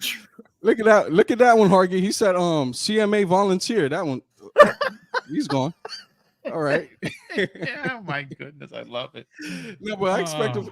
Give it a few years, Boom. Give it a few years. Yeah, listen, at the end of the day, and I said this, and I really mean this from a consumer's point of view, J Rock, we as Xbox gamers, as Xbox subscribers, have won. Yep. Our Absolutely. value proposition, which should be the most important thing to you. And I say this, I always put myself in the spotlight.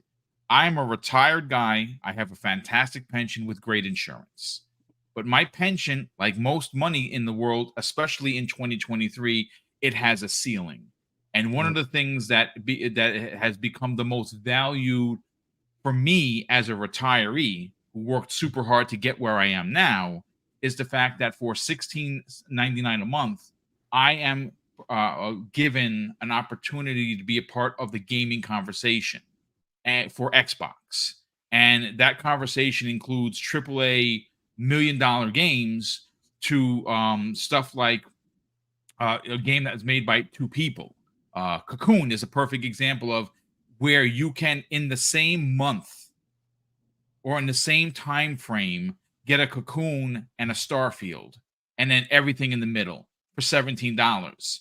Now, some people will be like, will challenge that and say, well, my subscription to Disney Plus is better, or to Netflix I get more for my value, and that's fine. Value is subjective, but for gaming, there's no doubt about it that Microsoft is the best in the business. They are the most consumer friendly, and this deal, J Rock, really does cement value when you say Call of Duty is now first party.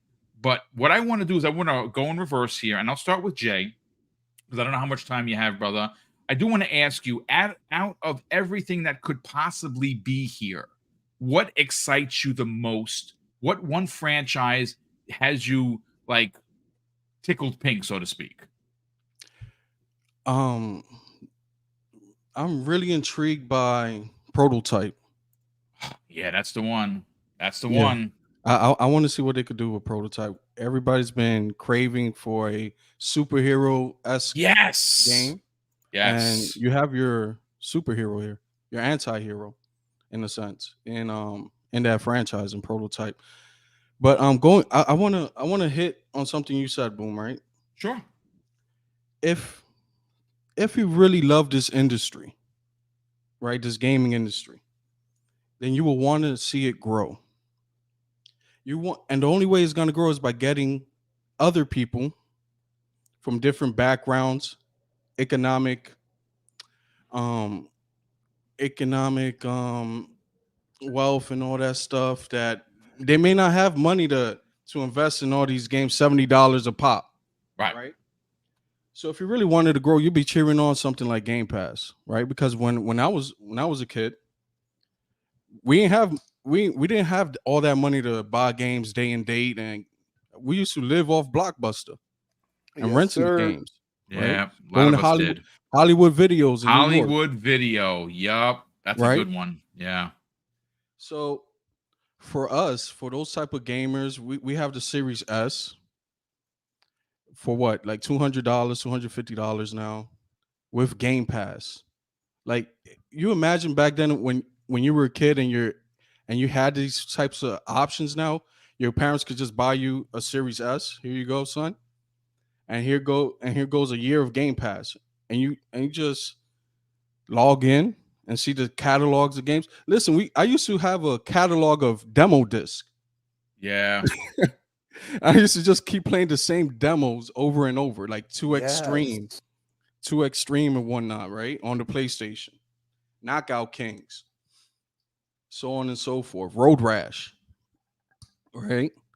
Motorstorm, another perfect example. I Motorstorm. played that demo like it was a real game. Like that's how much I played that demo. It was ridiculous. Right. So this is where we come from. So this is why we appreciate things like Game Pass. Because we know not every family out there has it. Yep. Right? Not every family could buy every single console. Not every family could buy every single game possible that your kids want. So I just love it. But yeah, going back to your question, Prototype, man. I can't wait to see Prototype. I want Call of Duty to be biannual. Give it a break. Yes. Give it a break. Let Warzone exist for the people that want to play right. it. You know, let that let that live. Updates. You right. know, give it the updates, give it the new maps, give it the new weapons, give it the skins, great. But give those teams a break and a chance to work on something outside of Call of Duty, like a Toys for Bob, or you know, any of the other the Singularity team. You know, that I mean, I'd love to see that come back in a big way. And you know what else, Boom? I would love to see them give us a great kart racer. We have all the characters. I said that in the beginning. Yeah, dude, let's have go. all the characters now. From Crash to Spyro to even the Minecraft guy to what's it Conquer.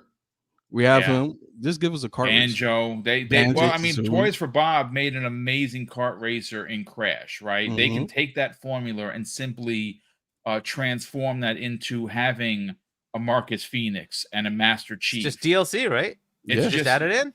Yeah, it literally. And think about it, Jay. You're onto something, because I was saying this earlier. You can race on a Gears planet, a Fallout planet. You can race on the moon on Starfield. You can race on the Halo ring. That would be your Rainbow Road, so to speak, a Halo ring. Absolutely. It's a fantastic pick. I love it, brother. Listen, Harkeet, let's bring you in on the conversation. Out of everything that is available, and it's a plethora. This is a smorgasbord of IP that they currently own. What is the one thing that you want to see come back in a big way now that the deal is finalized? Yeah, I mean, I already mentioned one that I would like to see, and I like the Sierra catalog, and I would like to see some of those come back. But it's Phil Spencer, for that matter. Right, so he mentioned King's Quest out of all of it, right? He mentioned King's Quest, and doing a modern reboot of that would be awesome. And I don't know what direction they would take that, but taking that point and click adventure and making it into something new. Just as I mentioned, Gabriel Knight, I think, is one of their best franchises, and they could take that into a very interesting direction. And if you haven't played it, like the first one was just point and click and all cartoony, but the second one was live action. It was actual actors. In live video. That was the game. So when you were playing, you were moving an actual live video of an actual person. They could take that to a whole new direction, right? With the modern graphics we have, and like an 1886 or something along those lines, right? Making something along those lines with that franchise, with the story that it has, would be fantastic. I don't know if they're willing to go that direction or not, but as an adventure game, I think that would be fantastic. And the story's already there. There's a trilogy of it. Jane Jensen's still around. They can always go get her and try to make a fourth one. But that would be something I would love to see. And I don't know how long it takes to make those. Hopefully not 7 years each. But if they could pull that off in a few years, that would be awesome to do. So that would be one that I would look forward to.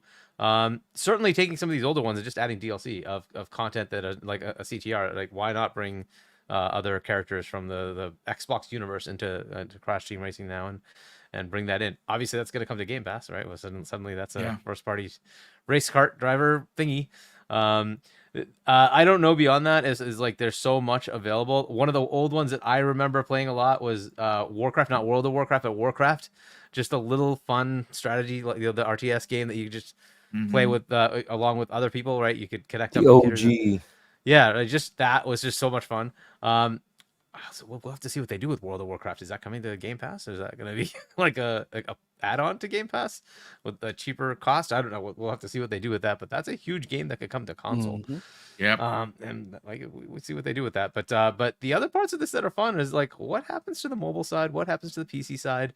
Are we gonna have a store different like the Battle.net stuff, or is it gonna come into Microsoft Store?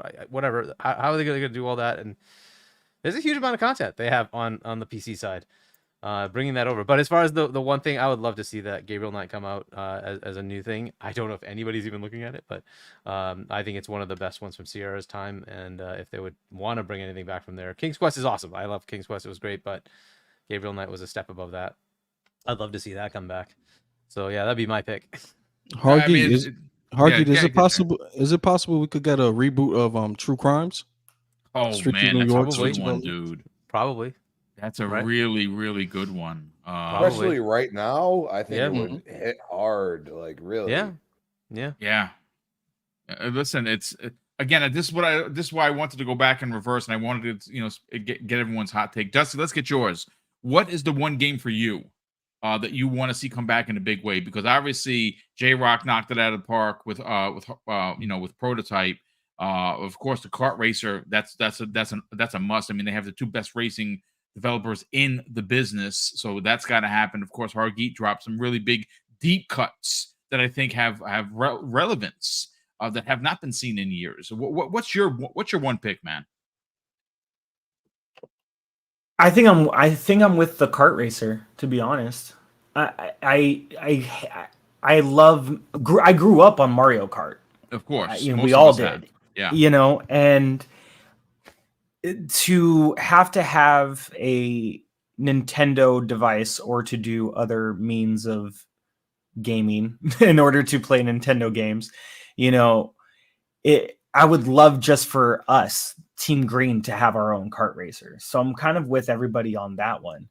To be honest with you, though, as far as this deal is concerned, I'm just waiting for Tony Hawk's Pro Skater 1 and 2 to come into Game Pass, because I never bought it. And I'm sorry, Crispy. But I've been waiting for that one because I didn't buy it, but I wanted it. You know what I mean? Because I really grew up on those games. And when this whole deal started to come about, I was like, I'm just gonna wait because this is coming to Game Pass. So to kind of counter away from what game would I wish to come back, it's more of what game am I like antsy for right now, and it would be THPS 1 and 2. And I feel like that's going to be one of the first games to jump into Game Pass when games start coming. I feel like that's going to be one of the first ones to come. I don't know what that's based on, but I'm feeling it in the water. Now, going back to your question, what game has to come back, needs to come back, besides a kart racer for ourselves with all of this IP and wonderful characters that we now have? Ultimate Alliance, for the love of God, please come back. That's a big like one. that. Yeah. I said that before, I think, on your show, and I've said it on my show. Please give me a new Ultimate Alliance, please. And can you please turn on Ultimate Alliance 1 and 2, because they're in the store right now. They're just not turned on. Like, I can't do anything with them. So where's the on switch for Ultimate Alliance 1 and 2? But that's probably the one that I'm most concerned about. You bring up an interesting point, because Disney did reach out and say, hey, we'd love to have a deal to get you all these games in Game Pass for Marvel, right? So when I saw that, I was like, when I saw that, you great point, Hargit. When I saw that, I was like, please, for me. I don't care about anyone else. For me, please. I want to be at their doorstep and just beg, till the cows come home. But man, you have to wonder if they're working on a new Ultimate Alliance. I know people want a new what was the other game that people said, or Boom, what was the other game you said you wanted to come back?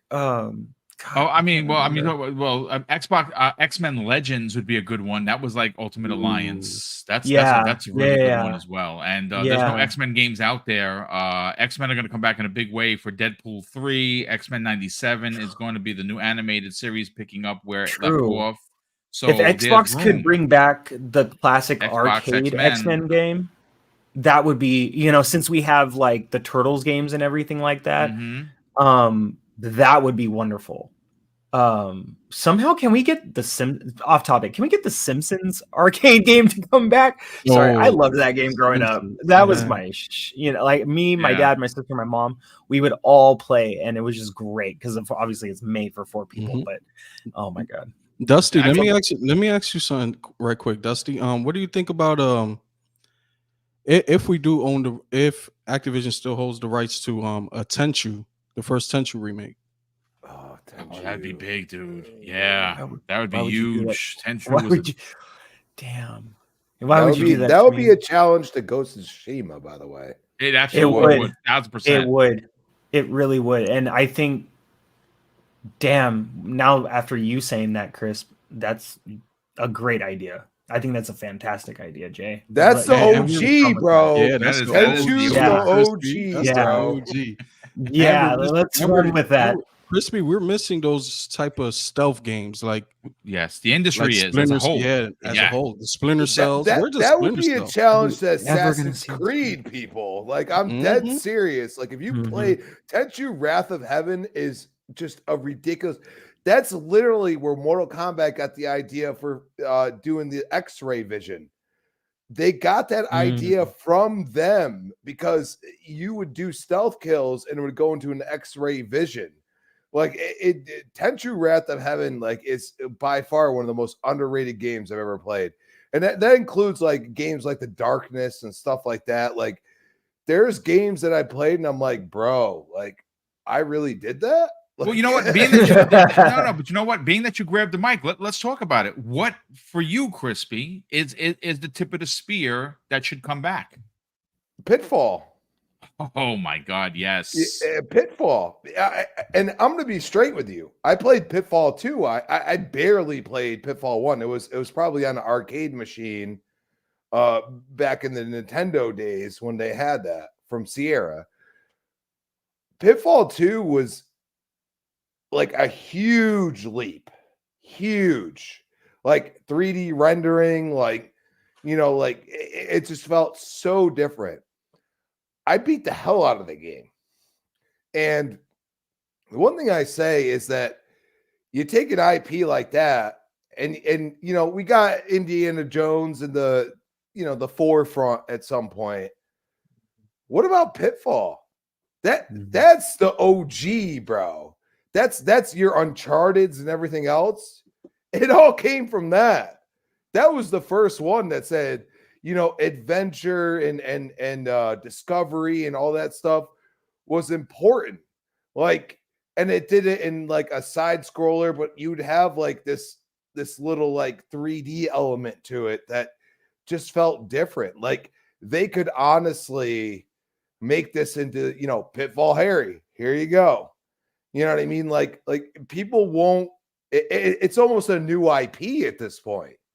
You know what I'm saying? Like, there's so much of a generation that has not even known what the heck Pitfall is, that you could really make it into something new again and do it your own way. And it's like the amount of studios that Microsoft has already.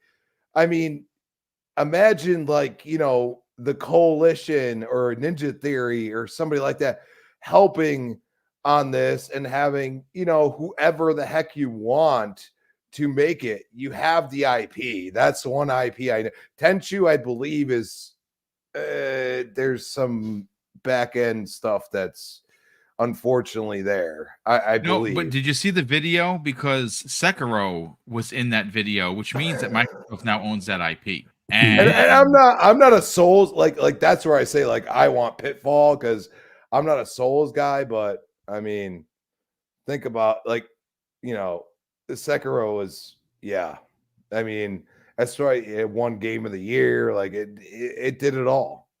You know what I mean? And it's just like, Well, I do you think now From have? still owns the IP, and Sekiro is kind of the spiritual successor for Tenchu, right? But I think From still owns the IP, but the publishing rights are with Activision. Yes. And it can come to Game Pass. Yeah. Yes. That deal could Well, be that done. would mean that there may be a partnership if they're showing it now. Oh yeah. I mean, they Maybe showed it From? in the welcome video. That's got to account for something. Well, maybe Sekiro itself, like can be released in Game Pass. Just like Yes. Dusty, like you stole my thing, man. Like, dude, people have it. Like Tony Hawk 1 and 2 is one of the Yes. greatest remakes. It's not a remaster. It is a remake. It's a remake from the ground up. Yeah. And that's why I can't It wait. is one of the greatest I've ever played, and it's so good. And there's so many options. Like you can literally like make yourself slower and faster, and it was just a slider. It's something that so many young people haven't experienced, and it is so good. You know what I mean? Like it deserves more eyes on it. Like they could drop that tomorrow, and I'm gonna be like, yes, enjoy. I'm hoping they drop it Trust me. today. I'm I hoping mean, they you drop it never today. know. I'm gonna tell you right now. I have met Tony Hawk, and he is probably all for it. I have met him. I have a signature. Yes, I have met Tony Hawk. I've met Matt Hoffman. I've met Dave Mira. Like these guys just wanted things to just come out and just give this feeling, this like it could reinvent skating for people. They'd be like, oh, like a 10-year-old plays this game, enjoys the heck out of it, and it's like, I need a skateboard. You know what I mean? I grew up with X Games was like huge. You know what I mean? Like it was. You know what I mean? And I live in Connecticut, and there was one X Trials, which was basically to get into the X Games that was at Lake Compounds. Some people might have heard of it. Yeah. And it was there for 1 year, 2001. I got all the signatures. Yeah. That's a game that needs to get into Game Pass immediately. Yeah, Because it's totally different. It's totally different from everything that's coming out right now. It is technically an extreme sports game, which we used to like gravitate towards back when we were young.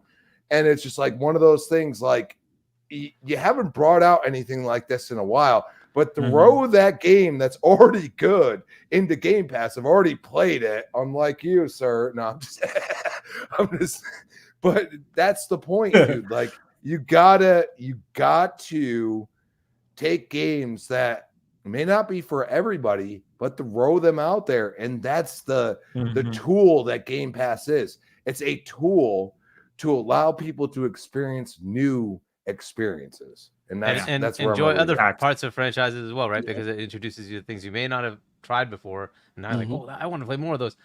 This all brings up a very interesting point of Activision is a third-party publisher of third-party games as well, right? Not just their own. Does that continue? I would This could be an interesting point, right? I would assume. Contractually with whatever they have. I mean, new games. Will From Software's next game come to Activision? Will From Software, like, what happens with that, right? If you think about it, does it go to Bandai? Does it go to here? Like, yeah, they're going to operate on their own, just as Bethesda does. So it's quite possible it's going to just the status quo. We're just going to keep on doing business like we have been, except for leadership will change and the inside politics of how they do things will change. But if that's the case, we get a bunch of other third-party games that aren't part of the ABK or whatever first-party studios that just suddenly go to Game Pass. Right? This is and what's crazy, guys. And I want to bring in Fuzzy Belvedere and get his hot take on what he's hoping for. Do you see what's happening here, folks? We're not making this up. First of all, we got 1,100 people still here, which is amazing. If you're finding the channel for the first time, we're on the hunt for 14K. If you're enjoying the banter, I do this 5 days a week, Monday through Friday, all different panels, and we never say you hate. We never hate monger, and we give the smoke where it's necessary, but we don't clickbait you to get you in to sub or drop a like. So please consider subscribing. But what I was going to say is that these are two companies going in different directions. The roadmap for PlayStation is a desert. We have no idea what's happening. You cannot look down the road and say, yes, I see that happening. There's nothing there. What we just spent the last half hour talking about is myths and magic of what is going to happen. Not could happen, is going to happen. Because in his welcoming speech, Phil Spencer mentioned Guitar Hero. We talked about it on Thursday's show. That is going to come back in some form or fashion in a big way. And that is going, I mean, again, I know some people will push back and say it should be multi-plat. I say nay. It's on Xbox. It's on PC. If you want to play, you come over to the green team. You want to stay blue? Well, then you can stay with you. What can I tell you? Fuzzy, let's get your hot take on this, brother. Let's get your hot take. What is the one game that jumps off the page for you? I'm going to start off with Blur. Of course, it's racing. I should have guessed. It would be nice to have an arcade racer that plays kind of like a kart racer to some extent. I think now would be the time, and you could mix and match that where you have the real cars with your actual avatars that they don't seem to use on Xbox for whatever reason. Or you could, spin that off into an actual, kart racing game. But Blur is the first one that comes to mind just because I can't get enough racing. So having a third one to kind of mix in there would be kind of nice. I like. Do they have a studio, Fuzzy, that could actually do that? Or do you think maybe like Playground takes that on or something like that? I think Playground takes that on as like an additional project. Like that would be a smaller one to fit in between like, Horizon. Like we can probably let Horizon as well as Motorsport have like a 5-year window in between them while they continue to support them, and then have like a smaller. They could alternate back and forth, right? They could do other IPs in Forza and whatever. Like certainly an option. Yeah, that would be awesome. And then I think J-Rock mentioned this one earlier. True Crimes. Like to me, Rockstar needs a competitor as far as for GTA. Like. Otherwise, they're going to take 10 years every time from here on out and milk people out of every dollar they can with their online thing. So to have something that's in that similar genre, but not necessarily like toe-to-toe type of thing, I think that would be a nice alternative. Bring back True Crimes. And I don't know what the licensing thing is with that and Square and what was the I keep on wanting to say Reservoir Dogs, but it was like Sleeping Dogs. I don't know if that's still an option or if that license is kind of out the window or whatever, but having a new one, a modern day one would be awesome at this point. So something along those lines needs to happen. I think all of you guys have pointed out all of these IPs that Activision have been basically sitting on, like Prototype, like Tony Hawk, Guitar Hero. All of those things need to happen in one way, shape, or form. Now, I guess the big question is, will it be in time for this generation, or will it be like the, start off next generation? But either way you look at it, I think if they just bring us 3 IPs that they've been sitting on for the past 10, 15 years, I think I'll be happy at that point. And then start off the next generation, full bore, make Call of Duty in every other year. Kind of like what you guys are saying, have Warzone as that every year thing, that it gets updates and new seasonal things and things like that, and make Call of Duty, a little bit more of a smaller experience where it's focused on a particular time period and storyline that eventually winds its way into Warzone type of thing. I would love to see Treyarch do some other things, and we heard rumors that they're working on some sort of sci-fi game, which, prior that would have been something that it's like, oh yeah, it's in the suggested file bin, which is the trash can over there, because they're back to doing Call of Duty. But, now it actually stands a chance. And let Blizzard bring back some of their IPs as well, like StarCraft. Like if you could do it as like a third person, space shooter kind of thing, that would be nice. Or just go full on RTS and bring it back as well. All of those options on the table would be phenomenal. And I like Crispy's idea of bring back Pitfall. I mean, sure, we have Indiana Jones in the works. We don't have our own, like Uncharted, Tomb Raider type of game, unless we get Crystal D here next. But, having something like that, the original, bring it back where, Pitfall Harry is now like an actual, third person perspective, storyline, adventurer kind of thing, that would I be kind love of it. cool as well. But there's so many good ideas that you guys have come up with. But between, for me, Blur and True Crimes, those are the start. And if licensing allows, Sleeping Dogs. So we'll see. Yeah, I mean, great freaking picks. Dreadpool, let's bring you in on the conversation, brother. What picks do you want to see come back? Because the Pitfall one, for me, I played Pitfall on a 2600 with my pops, so that's going to bring it back emotionally for me. But well, he's had a couple of iterations over the years, not so great, especially in the 3D realm. But if they took an Uncharted, look at Pitfall, literally the godfather of adventure, right, would be a big deal. What's one of your top picks, bro? Oh, you guys listed a whole bunch of good games. Pitfall was one of the ones I was like, I'm going to throw that out there. And yeah, never mind. Well, we're old, so people don't understand. This is where we started, Dread. Yeah, I was going to say, thanks, Crispy, for ruining that one for me.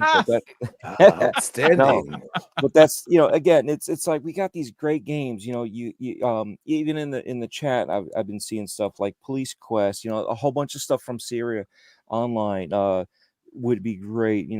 Because those have been dormant, right? What have I said before? Bring stuff that has been like 2 generations and older. Don't bring in last gen.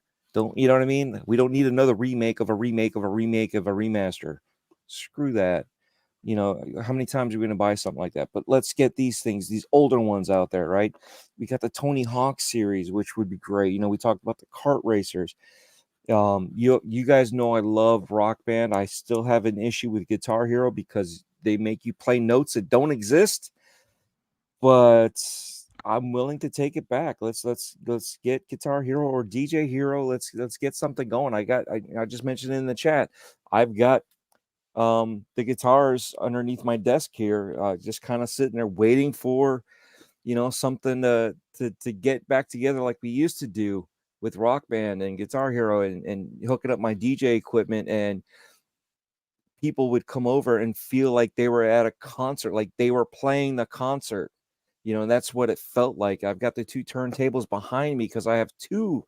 One of my friends had one, and so he gave me it. So I've got 2 turntables, and I was like, oh, this is awesome. But then you start looking, and I'm like, I was thinking about it. I was like, what do we have? Time Splitters and Hexen. Those were good ones. Those are stuff because Phil had that Hexen shirt on. So we're like, oh, maybe something's going to happen here with Hexen. Another surprise one that I was like, oh, this would be good. Who would want the Die Hard game to come back? That would be another. Wow, that's really bringing it back. That was phenomenal. Now, yeah, those right? But those that know me, you're gonna assume I'm gonna want Duck Dynasty, but no, it is not Duck Dynasty that I want.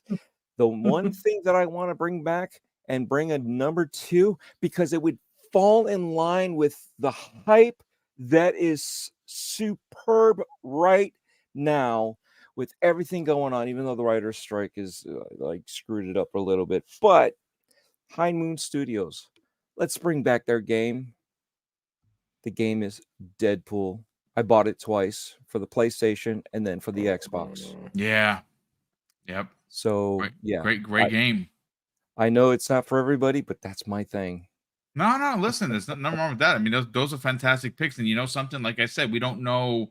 Marvel wants to work with Xbox, and you have studios that are now they have their studio count is just ridiculous. They have 40 plus studios at this point. Wow. And of course, I'm talking about that. That's also outside of just the named ones. They have 33 named studios, and you can tack on anywhere between 7 and 10 that are Infinity Ward. Infinity Ward has like 4 studios. Treyarch has 2 or 3 studios. You can just keep going. It's ridiculous. And Deadpool makes sense. Again, the movies. Yes, They're absolutely. coming out with the 3rd one. This would make sense. I mean, unfortunately, to do a quality Deadpool game right now, at this point in time, they would miss the movie release because they would have had to have started it before. Yeah, but if they just make the announcement, you could have a Year of Dreams situation. True. Yeah. True. When the DVD release the game. Yeah. And those are the type of superheroes that lend well to video games. Yes, Oh, 100%. for sure. The storyline on the Deadpool game was fantastic. So again, it's I know it's not for everybody, but we're going back in time with some of the old ones, and my most anticipated is a lot newer. No, But no, again, listen, I I love just the listed a picks. whole bunch of good stuff out there. So for those that are looking for something that they've never seen before, I Hexen, Time Splitters, Die Hard, Pitfall, Police Quest, Space Quest, all the stuff from Sierra Online, all that stuff from back in those days. That's stuff that were great stories. Phantasmagoria, another one, and That's that was OG. That's an OG right. Yeah. pick. Yeah, that's a So really OG again, pick. That's a and deep cut. this was a husband and wife team that owned this the studio, and had these guys come over and work and do all this stuff. A lot of this was back in the day, as big as they were, what would they were be today would be kind of a AAA. But if you look at them, what if they were now from when back then, they would be in these indies. This is what this is Yeah. indie stuff, and these Mhm. storylines. The way that they did this stuff was first time ever. So you Super Shark, look at that thing. The Oh, yeah. full motion videos. Sega CD. You look at all that No stuff from back less. then. You can make something like that now, and be Well, the blow it one out of the thing that water. Xbox has in their favor that other platforms, they're there, but they're there in like skeleton bones, is a platform to put a game that doesn't have to sell 10 million copies to be profitable. They don't have to do that. They need to provide they have a service. They need content for this service to people to subscribe, and not every game is going to be for every gamer, but that's perfectly fine. There's a plethora of games for you right now you can play for $17 a month. And it's still $1 cheaper. Well, actually, now with the Sony raising their price $40 for their ultimate subscription, it's ridiculous. Now, Um, boom. Let me ask you something. Do you think Sure. this deal now affects third party games coming into Game Pass? Because I'm looking at it from this perspective. There's just so many games that are going to be added to the catalog. Like, how could they really negotiate? Like, well, we can't really guarantee you right now that these Xbox games are even going to play your games, because we have so many games that we're offering from our first party studios now that you may get lost in the sauce, right? it's possible. I don't think But that's going to affect it would at that all, be to an be issue? honest. Because I if they're really the don't. publisher, right? If Activision's Yeah. the publisher, they can do whatever they want. And you got to think And too, Phil owns the publisher. as Game Pass grows, there's going to be millions and millions of Mhm. more people in Yeah. Game Pass Yeah. with all different kinds of likes and True. needs. And right now, Game Pass only advertises, over 100 100 games. games. And we know they have at least 400 to 500 right now, not Very to good. mention what's coming. So they can grow it, and they can, in the older games, they can, trickle those out, make room for more, and still going to be a money-making machine for them. Sorry. No, it's a great point. And before we bring in Webb, I do want to answer what Jay had to say. See, my thought and theory is that right now today, Sony has a death grip on the industry, and where they move the industry where they want to move it, and that's how they've been doing it for the last couple of years, maybe even the last couple of decades. When Sony speaks, if you want something on their platform, you have to go and you have to crawl to them, and that's going to be wiped away with this deal. And I think that when you look at third party, and you're going to and really the kicker here is growth ratio for Xbox Game Pass is going to be through the roof Explode. Yep. because of Mhm. value proposition. And when publishers and developers are going to see, wait a second, hold on a sec, you have 100 million people in Xbox Game Pass, I want to put my game there. And Microsoft isn't going to have to, and this is where Microsoft wins. They're not going to have to overpay for a game into their service as they were doing it, trying to survive the onslaught Great of point. Sony's marketing deals. Yep. So they're going to be able to fairly get people's games in there and not have to overpay, because they're eventually going to be the dominant platform, and people just like Sony are going to want to put their games on there. Games that we've never seen on an Xbox are going to start finding their way. I hope that answers your question. That was a phenomenal question, J-Rock. Web Dave, let's get your final take on this. Now, what I'm going to do is there are a redunculous amount of super chats. What I'll do is I'll get everyone out of here, and I will stay back and I will read every super chat, and we will go through them. And if you have a question, I will answer it, even if it extends a little bit longer. But Dave, what is your picks for the most anticipated potential franchise or IP return? Well, I mean, it's pretty much already been said that like Sakura and Guitar Hero, those are absolutely must-haves. Yep. To come into Game Pass.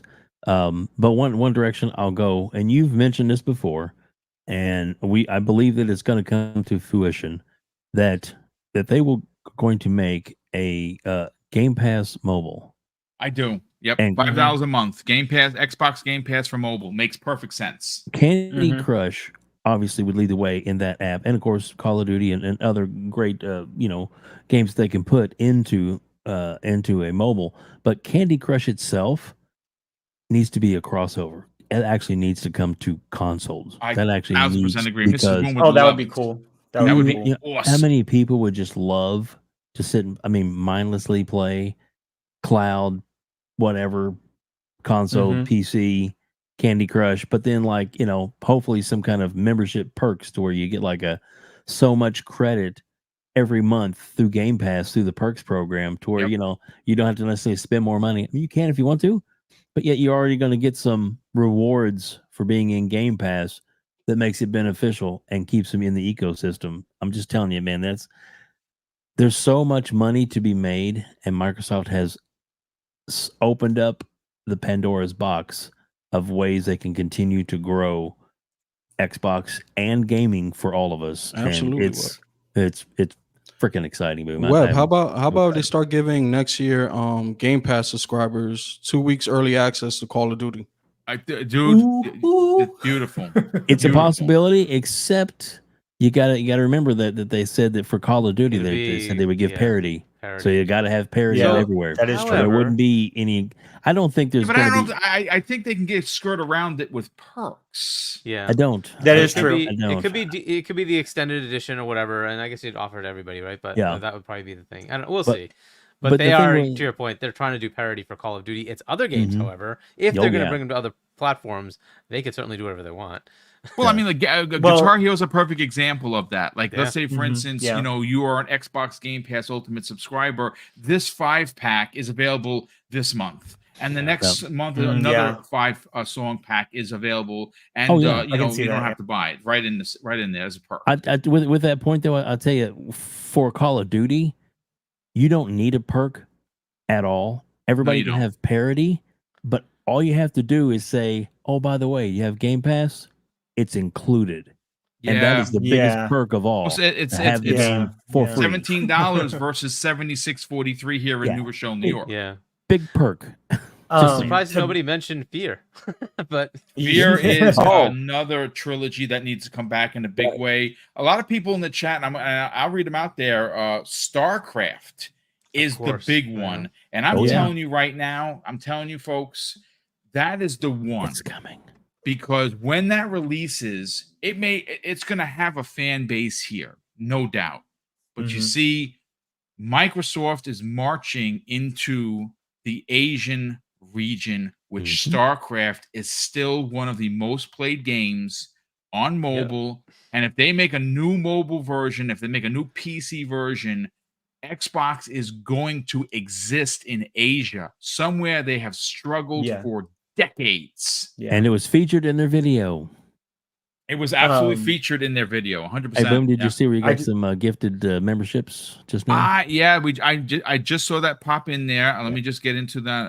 And that would be Juan, who has just gifted. Wow, we've been gifted a lot this week alone. We have over 50 new gifted members. I don't even know what to say. Juan, Celebration. thank you so much for that. It's incredibly generous and kind.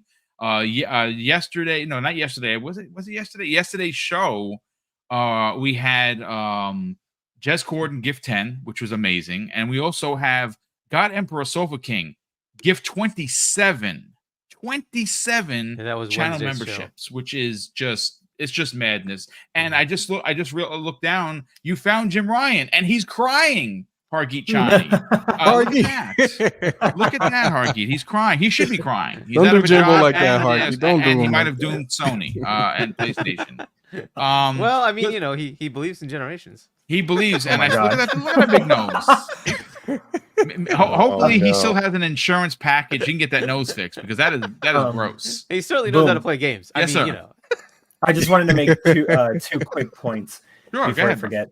So one, going to Web Dave, the first point. Talking about Game Pass Mobile, I sent you a link in the DMs earlier. Their Game Informer put up an article listing all of the games that they now own.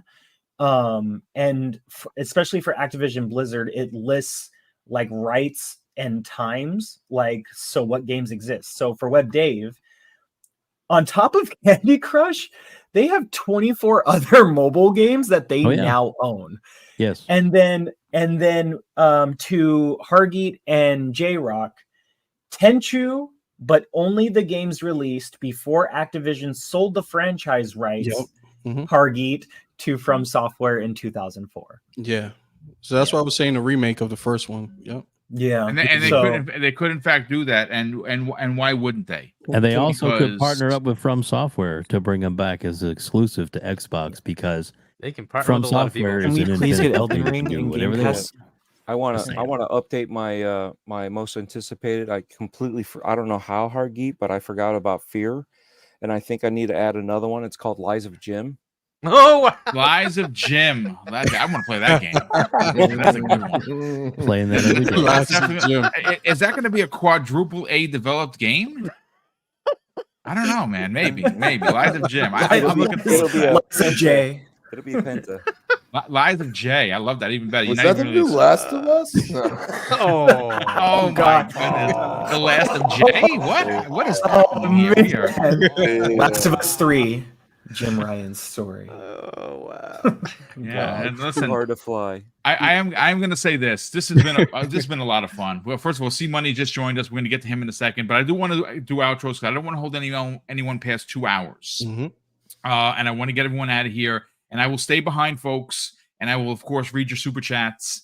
And I want to get to them. We have literally so many of them. I'm going to spend the next half hour with you, but bear with me. I'm going to read every single one of them. Let's start first with our very special guest, J-Rock. Brother, it has been a pleasure to have you on today's show. You and I have an amazing relationship, on social media. We always retweeting everyone's stuff. You have been a real bookend for the Xbox community in the best way, and you have never wavered from representing your brand. And even though you're slanderous, and you held the line, and you should be, where could people actually reach out to you on social media, brother? And what else you got going on?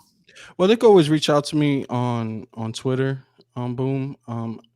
I'm still thinking about how I want to start up my YouTube channel, what it's going to be about. I want to make it entertaining, so I'm working on that with a few people. But anytime you need help, brother, you let me know. We're here for you. Absolutely. That's what I love about the Xbox community. We uplift each other. That's what it's supposed to be about. Each other. Yep. Right. So yeah, they can always find me on Twitter, and boom. It is crazy. We got to be happy. We got everything from Doom, Halo, Overwatch. I mean, World of War. This catalog is insane. Boom. We just got to be happy as Xbox gamers. Indeed. Call of Duty, StarCraft. I mean, Lord have mercy. It's going to be a good few years ahead of us. We actually have a roadmap to look forward to. E3 is Xbox at this point in time. We might as well just gaming is Xbox at this point in time. Right, see money. It is getting crazy. But yeah, they can always find me on Twitter. Boom. It was a pleasure being here. Thank you for the invitation. It was a pleasure to meet the panel and to hear these gentlemen over here spread their gaming knowledge. So yeah, thank you, Boom. Well, thank you, brother. Thank you for taking the time to be here. Super appreciate that. Hargeet Chani found another very awkward holding controller. Jim Ryan, you can tell he's not a gamer. Sell the brand. Obviously, I've been, while I was on here, I've been seeing some of the tweets coming out of Gaz, and they of course are slanderous. I would imagine that we are going to get a huge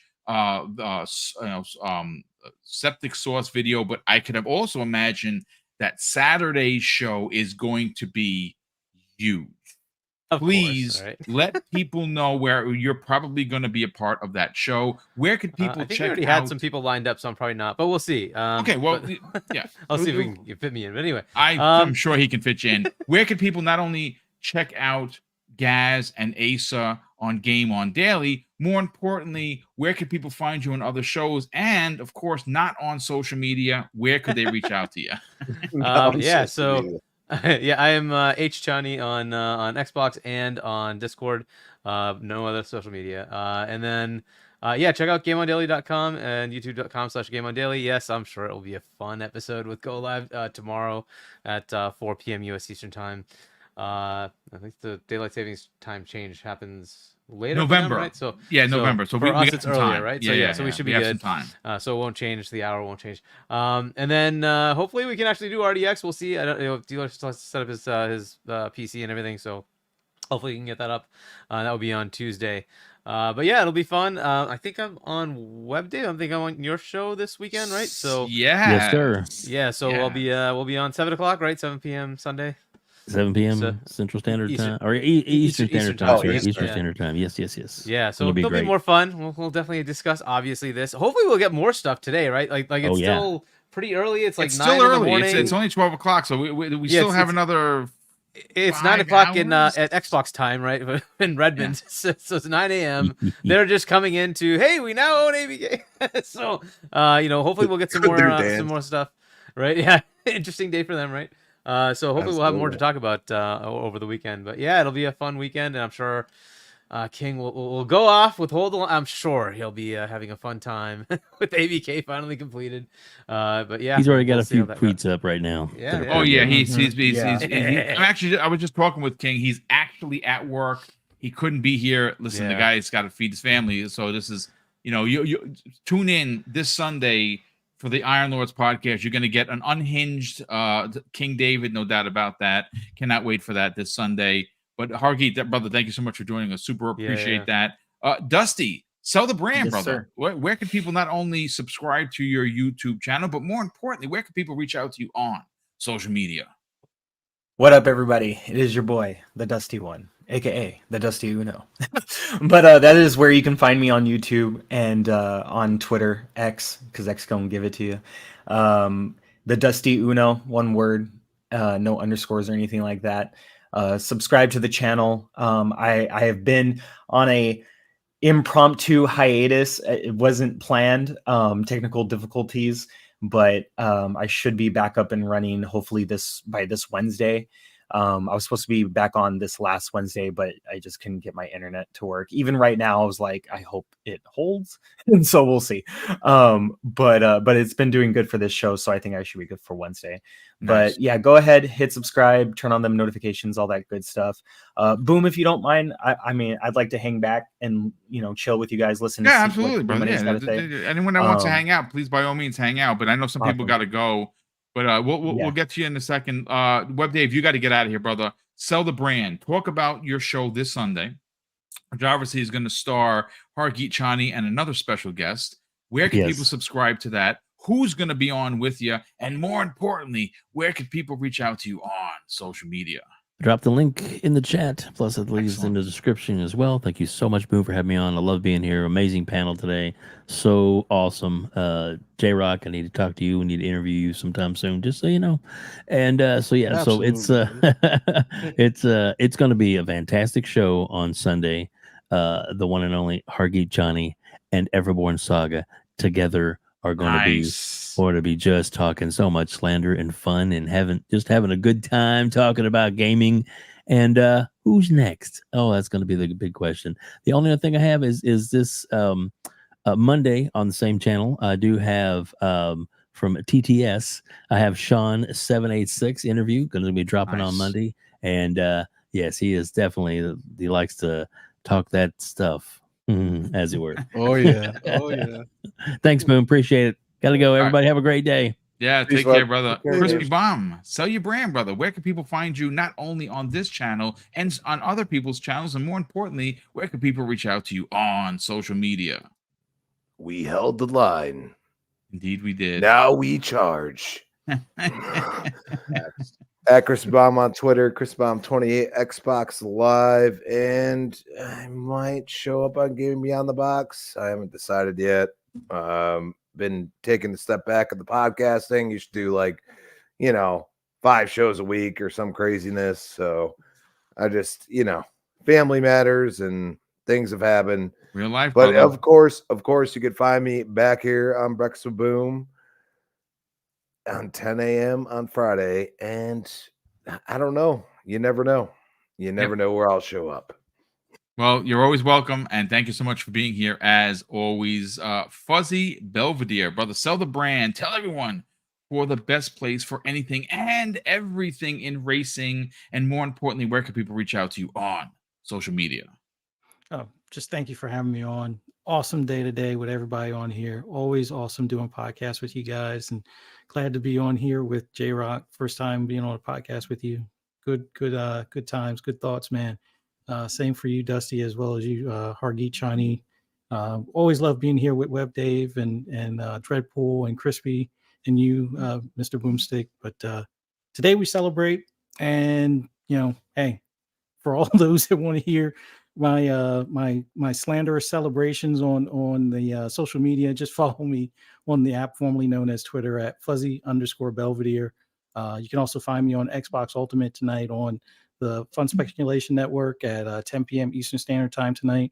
And then on Saturday on the Shop Podcast on PTK Blam's channel at 9 p.m. Eastern Standard Time. And then right back here for Xbox Lunch Break Special at 12 noon on Monday. Look forward to seeing you guys there. Thanks again. Thank you very much. And Dreadpool, let's bring you in on the conversation, brother. I'll put you up on screen. Let's get you up there. There you go. Let me get this out of the way of the brand. You can find Dreadpool, folks, at linktree.com/Dreadpool, youtube.com/Dreadpool, Twitter at Dreadpool, TikTok at DreadpoolHover.gg. Dreadpool. Also, you can find him not only here each and every Friday morning when he can make it, of course, Breakfast with Boom, but he's also on Gaming Beyond the Box every Sunday at 7 p.m. with Wilmy Hood and that amazing panel. Brother, sell it. Where can people check out Breaking Bread with Dread? And more importantly, reach out to you on social media.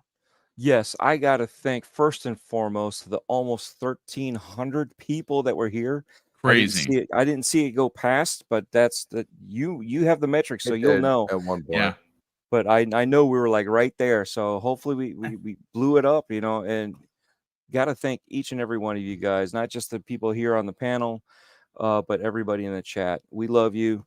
Again, you can find myself on YouTube, and it's all letters, Dreadpool. And if it's on Twitter, the O's are actually zeros. But yeah, I am so busy right now. I've got the house that I sponsor this weekend. Next weekend, I got in as media for the Orlando. They have a haunted trail there. Very nice. I'm expanding on everything. So the Breaking Bread with Dread is also on the channel. I set it up as its own little podcast node, and I have little shorts coming out from little snippets from all the or some of the previous Breaking Breads. So definitely check all that out. I appreciate each and every one of you guys. And again, if anybody wants any help or any advice when it comes to the tech stuff, feel free. Most of us are willing to help out. So this goes to both J Rock and Dusty. We're here for you. I'll do what I can to help out, and I'm sure everybody else will do the same thing, So this is what we talk about when we're talking about how this is a party for Xbox because we are uplifting everybody, right? During the holidays, in a couple months, I'm going to be actually next month, I'm going to be letting you guys know, hey, my DMs are open. Reach out. I'm not a professional, but I will listen. I might not know what to say. And that's the whole thing, is we uplift everybody. We help everybody, and that's the beauty of this community. It's not trashing other things. Yeah, we throw little jabs. They're fun jabs, and it's usually between friends. But everything else is uplift. Everything to grow each other, the community, and our families. Because you guys, the community, are an extension of my family, as well as everybody on the podcast here. That was beautiful. Yeah, Thank you. absolutely. And that's what it's That was all about. beautiful. Family, fun, no toxicity. And we love you for it, Dreadpool. Thank you so much. Listen, Just an elbow jab. Just an elbow jab. elbow jabs are perfectly fine. But listen, we'll get everyone out of here. Anyone that wants to stay behind, by all means, hang out. I know that everyone's got to bounce out of here. It's fine. I'm going to read the super chats, and of course, we're going to get C Money, get his hot take on it once I get through at least half of the super chats, because there's nearly 50 of them, which is just ridiculous. So, gentlemen, enjoy your weekend. Take your congratulatory laps on social media. Let people know that Xbox is the best place for gaming, and we'll check everyone out. I'll see you guys in upcoming shows, but thank you so much for being here. Enjoy your weekend. There's a lot to get excited about. But let me catch up with the super chats, and C Money will bring you in here momentarily. Adidas 20. Okay, let me just get the graphics back up here you go. So here we go. And shout out to everybody. Let me just get to the super chats. We had Adidas 20 drops a very generous $5 super chat and says simply yes. And indeed, there's a lot to be excited about. John Wolf drops a very generous $5 super chat and says, good morning. The day we were all waiting for is here. Make sure to stock up on your hypertension medication because it will be sold out for a while. And of course, talking about all the salt that is going to rain in on the PlayStation Nation. Instead of celebrating, they're going to throw jabs. Just watch out for riot attacks. Hopefully not. The Black Harry Potter drops a very generous $10 super chat and says, congrats Xbox and gamers. Mrs. Boom, I have to retract my game of the year for Starfield. Upon completing the game is simply amazing, but it did not give me the Hogwarts Legacy magic. So Hogwarts has once again become his game of the year. Nothing wrong with that, brother. I mean, listen, you are the Black Harry Potter. Why wouldn't Hogwarts be? Because Hogwarts was amazing. Suicide Kings drops a very generous $5 super chat and says, apparently, ponies are saying that the deal is bad because exclusivity is going to be a problem. Don't all of the ponies have $3,000 PCs? Congrats all, indeed. Drawn TJ drops a very generous $5 super chat and says, boom, did you hear they're going to bring back Prototype and Blur? Yes and yes. I would love it. Simon Brandy drops a very generous £5 super chat and says, you've seen the Xbox trailer for the deal, Boom. It's glorious. Massive Dude, that's flex. crazy, bro. It's just I was chance. choking back tears. I was like, God damn. Well, I'll play it because I didn't get a chance to play it during the show. I'll play it. I have it queued up and ready to go. He says, gaming media already crying. Metro UK posted article, which is disgraceful. Well, Metro is disgraceful. Don't give them any clicks, likes, or even looks because, well, they're as you know what Metro is like. IGN is the Inquirer, that rag mag that's by when you go pay for your groceries. That's what IGN is. That's what GameSpot is. Metro, they're if you've ever been to LA and you're walking down the block and you see like those newsstands that have like the free paper that are written by people that you shouldn't be reading their stuff. That's what Metro is. So don't pay them any attention. Deadman X96 drops a very generous $5 super chat and says, good morning. Cue the SpongeBob sweet victory music. I'm so excited for all the good changes, new possible IPs, the games that are coming to Xbox Game Pass. We have a very generous $1 super chat from Jason Redmond. Brother, thank you so much for the generosity. Chaos Theory, who's been a channel member, holy matrimony, for 47 months. Dude, that is amazing. Thank you for that. He says, we held the line. Best day to be an Xbot. Good morning, everyone. Drawn TJ drops an additional $5 super chat and says, ponies, right now, hear the song Help Darkness, my old friend. Oh my goodness.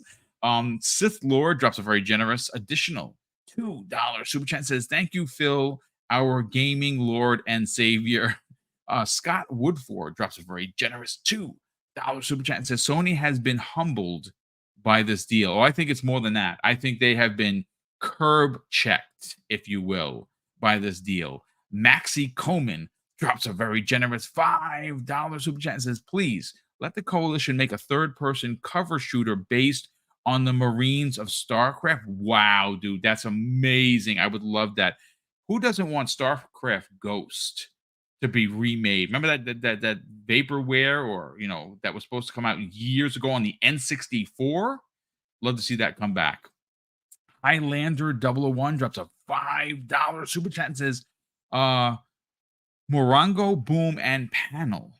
This morning on Twitter, I saw someone on a Ponies feed say Xbox should show mercy, or I don't know what that. I said Xbox and Microsoft are out of mercy. Listen, you're going to see I saw some really poor takes. I won't even mention who said them. I'm very surprised, to be honest with you, especially considering how long they've been doing social media. I mean, have your takes, but come on, man, be an adult in the room. This is a good deal for gamers. This is a great deal for Xbox gamers. And if you're not an Xbox gamer, well, probably now is your time to jump in. Gotham Guy drops a very generous $5 super chat. Says, morning, Boom and friends. I live in the West Coast and just woke up and saw the Xbox trailer on YouTube. So happy for Phil and his team, as well as all of us, indeed. Simon Brandy drops a very generous £2 super chat and says, I hope Modern Warfare 3 has the Xbox Studios intro. That would be bonkers. I don't know if they could do that. Could they do that still? Who knows? Maybe in the day one patch. Maybe they could do that. Igmatic Dreams drops a very generous $2 super chat and says, Phil, Crystal Idios Tomb Raider IP up next, please. Yes, they have to get those studios because, well, they're working on first-party stuff. Trey Bone 408 drops a very generous $2 super chat and says, I can't stop laughing at Hargeet. At that clip, it's comical. Yeah, I think he's talking about the one with the ponies. That was funny. Justin drops a very generous $2 super chat and says, Spider-Man Web of Shadows, Shattered Dimensions, both of those games by Beanox were freaking dope AF. I'd love to see them come back and maybe even get the Xbox Series X treatment. That would be pretty dope. Brierus, I believe that is. He drops a very generous $2 super chat. And welcome to the program, brother. Thank you so much for the generosity. He says, I want Hexen. I mean, Phil Spencer wore a shirt. They're working on Hexen, brother. You're going to get it. You from the UK drops a very generous $2 super chat and says, will they remaster the ABK Spider-Man games? I mean, it depends. I mean, I don't know what that license looked like for Sony locking it down the way that they did. I mean, I think Marvel is seeing that Sony's fans are just not enough. We'll see what the sales are on Spider-Man 2. I still think it's going to be high. I think 5 million at least I'm thinking like in the first month for sure. It's Spider-Man. It's Spider-Man 2. It's the they better be doing way more than that. I hope so. I hope so. It would be a disgrace if they come back at 5 mil with being the only game that they're releasing this year. If the PlayStation Hardcore can't show up. That would be a mockery, bro. This is what you're going. Well, we'll see how true the PlayStation fans are to their word about supporting their devs. So support the devs, as they like to say. Splendiferous drops a very generous $2 super chat and says, you guys are terribly great today. I love it. He's talking about the slander that we were slinging. Decided D, who's I've never seen that name before. And Decided D, welcome to the program and thank you for the generosity. He says, I would love a new Geometry Wars. Oh, dude, that's a great pick. That is a great, great pick. Rapture Press Network. Wow, welcome to the program. They drop a very generous $5 super chat and says, Gabriel Knight could easily be an Alan Wake type of game. Yes. And I didn't even know what Gabriel Knight was. I forgot all about what that game was. And Hargeet really hit a home run with that one. That's big. Okay, let me just close. Hold on just a second. Let me get to the brand. Okay, yeah, it's gonna look ugly for a second because I don't have one for 3, but it's fine. It's fine. You drops an additional £5 super chat and says, if they acquire Sega, they could rebrand Xbox as Sega Dreamcast in Japan. A certain YouTuber would become their #1 fan. Yeah, there's no doubt about it. And I don't know so much about that dude, but he's a bit of a sellout. That guy. TSWS Gaming drops very generous $2 super chat and says, face it, Phil Spencer is the GOAT. Indeed, he is. We are almost at the end of the super chats, and then we will get C Money in here. Nightwolf 3186, welcome back, brother. He drops a very generous hold on a sec, $10 super chat and says, hey, Boom and panel, great to see you. Great to catch another live show. Just gotta say, what a great day today is, and wow, how awesome that new Xbox trailer was. Goosebumps, hashtag all the feels, hashtag powerful. We also have Snake Eyes 327 drops an additional $5 super chat, and this is a good one. Bring the Rock and Roll Racers as DLC into Forza. Holy shit, that's freaking phenomenal. Forza Horizon or into their kart game. Bring back Blackthorn as a new character action game. Wow, dude, those are fantastic picks. We also have you drops an additional £2 super chat and says, you need the Sega All-Stars dev for a kart racer. Look, I'm probably going to talk about this next week because I really, now that Toys for Bob is owned, they own the studio, they own Crash Racing, the bones are there, the potential, and sorry, don't boo me, folks. I'm trying to sell this to Microsoft, so I have to use money as a front tactic.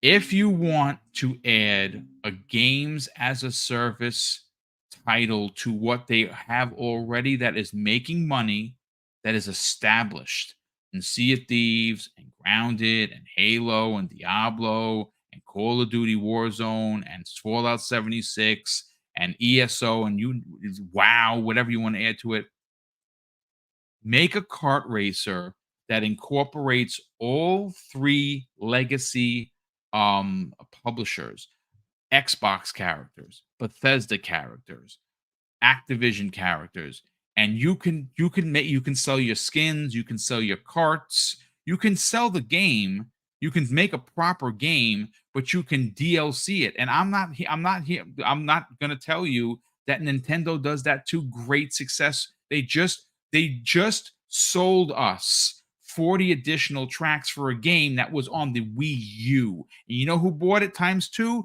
I did, because Theo bought it for his nephew, Tyler, and of course, I bought it for myself. So when he comes over, and he will be over this weekend, we're going to sit there and play until our heart's content. So there's your gas game. There's your DLC. Just make a kart game. It is too much. It's $1 million idea. Phil Spencer, I know that you're listening to this show. Phil, I know you're listening, because why wouldn't you listen? Take this idea, make the $1 million, and you know what? Don't give me any credit. I don't care. Just make the game. We have Nady Nade drops a very generous $5 super chat and says, Vigilante 8. Oh my God. Wolfenstein 9, because why not? Since it was Raven and ID, Raven Studios, man, that's an underutilized team. Get them back to Singularity Part 2. He says, and the return to Castle Wolfenstein. Anyone remember Dark Watch from the OG Xbox? Dark Watch was dope. Decado drops a very generous $10 super chat and says, 2 major questions for the panel. Who will they get to publish in China? That's a great question. I have no idea. And will the games return to NetEase, or will they partner with someone else? It depends on what Maybe they that just stay relationship out. looks like. Yeah, I mean, being they that what burned he the call, bridge. It yeah, wasn't like a peaceful like, oh, it's out. They were being nasty. So it's they like, were why would I even? it was Why would I go back? nasty trench war stuff. I don't know if that could be There's just repaired. ponies over there, bro. That's all it is. That's what it Yeah, is. And now it's gonna be even unfortunately. worse.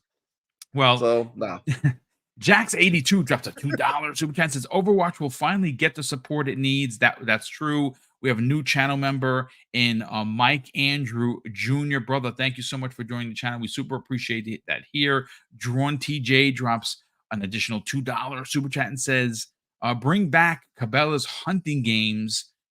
That's another big one. And Pixelbit G, generous friend of the program, says, get on the call with Hasbro, license Transformers IP, make a proper story-driven game for Optimus, and send me my check. Cheers. Xbox is where to play. They're working. Did you guys? They're working on a new Transformers first-person shooter.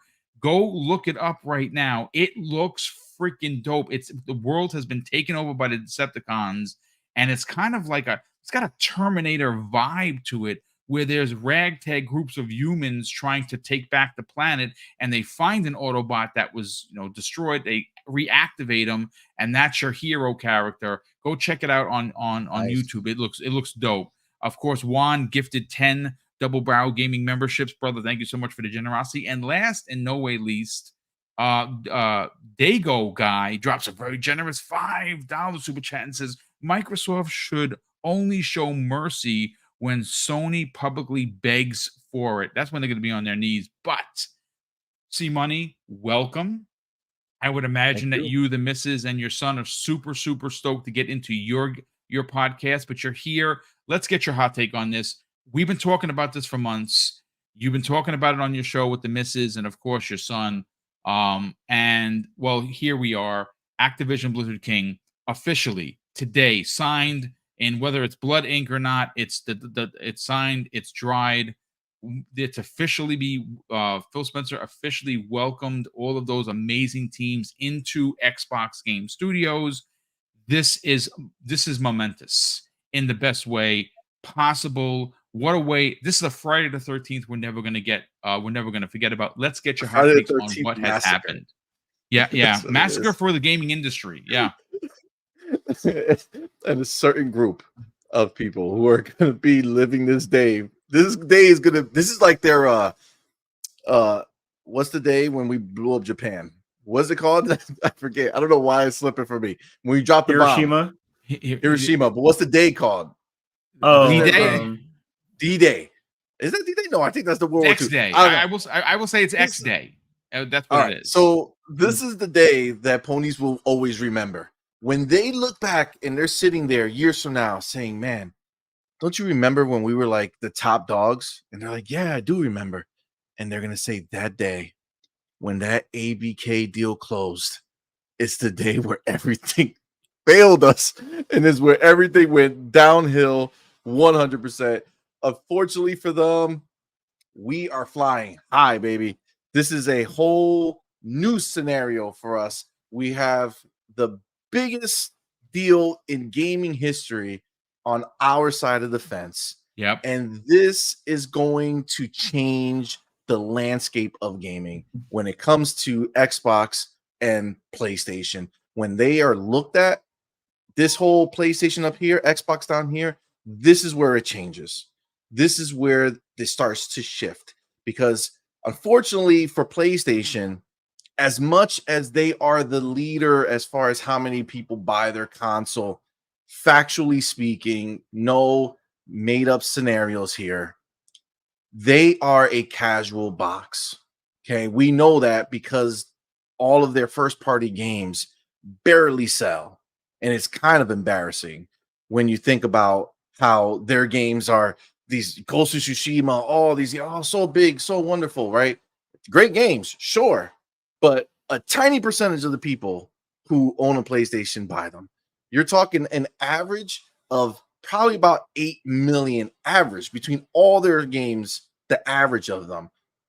That's crazy. Their highest stuff is maybe 20 million. When you look at a game like Sea of Thieves that has over 30 million players on a consistent basis, I would be so like to know that that's one of my first party studios when I have 50 million.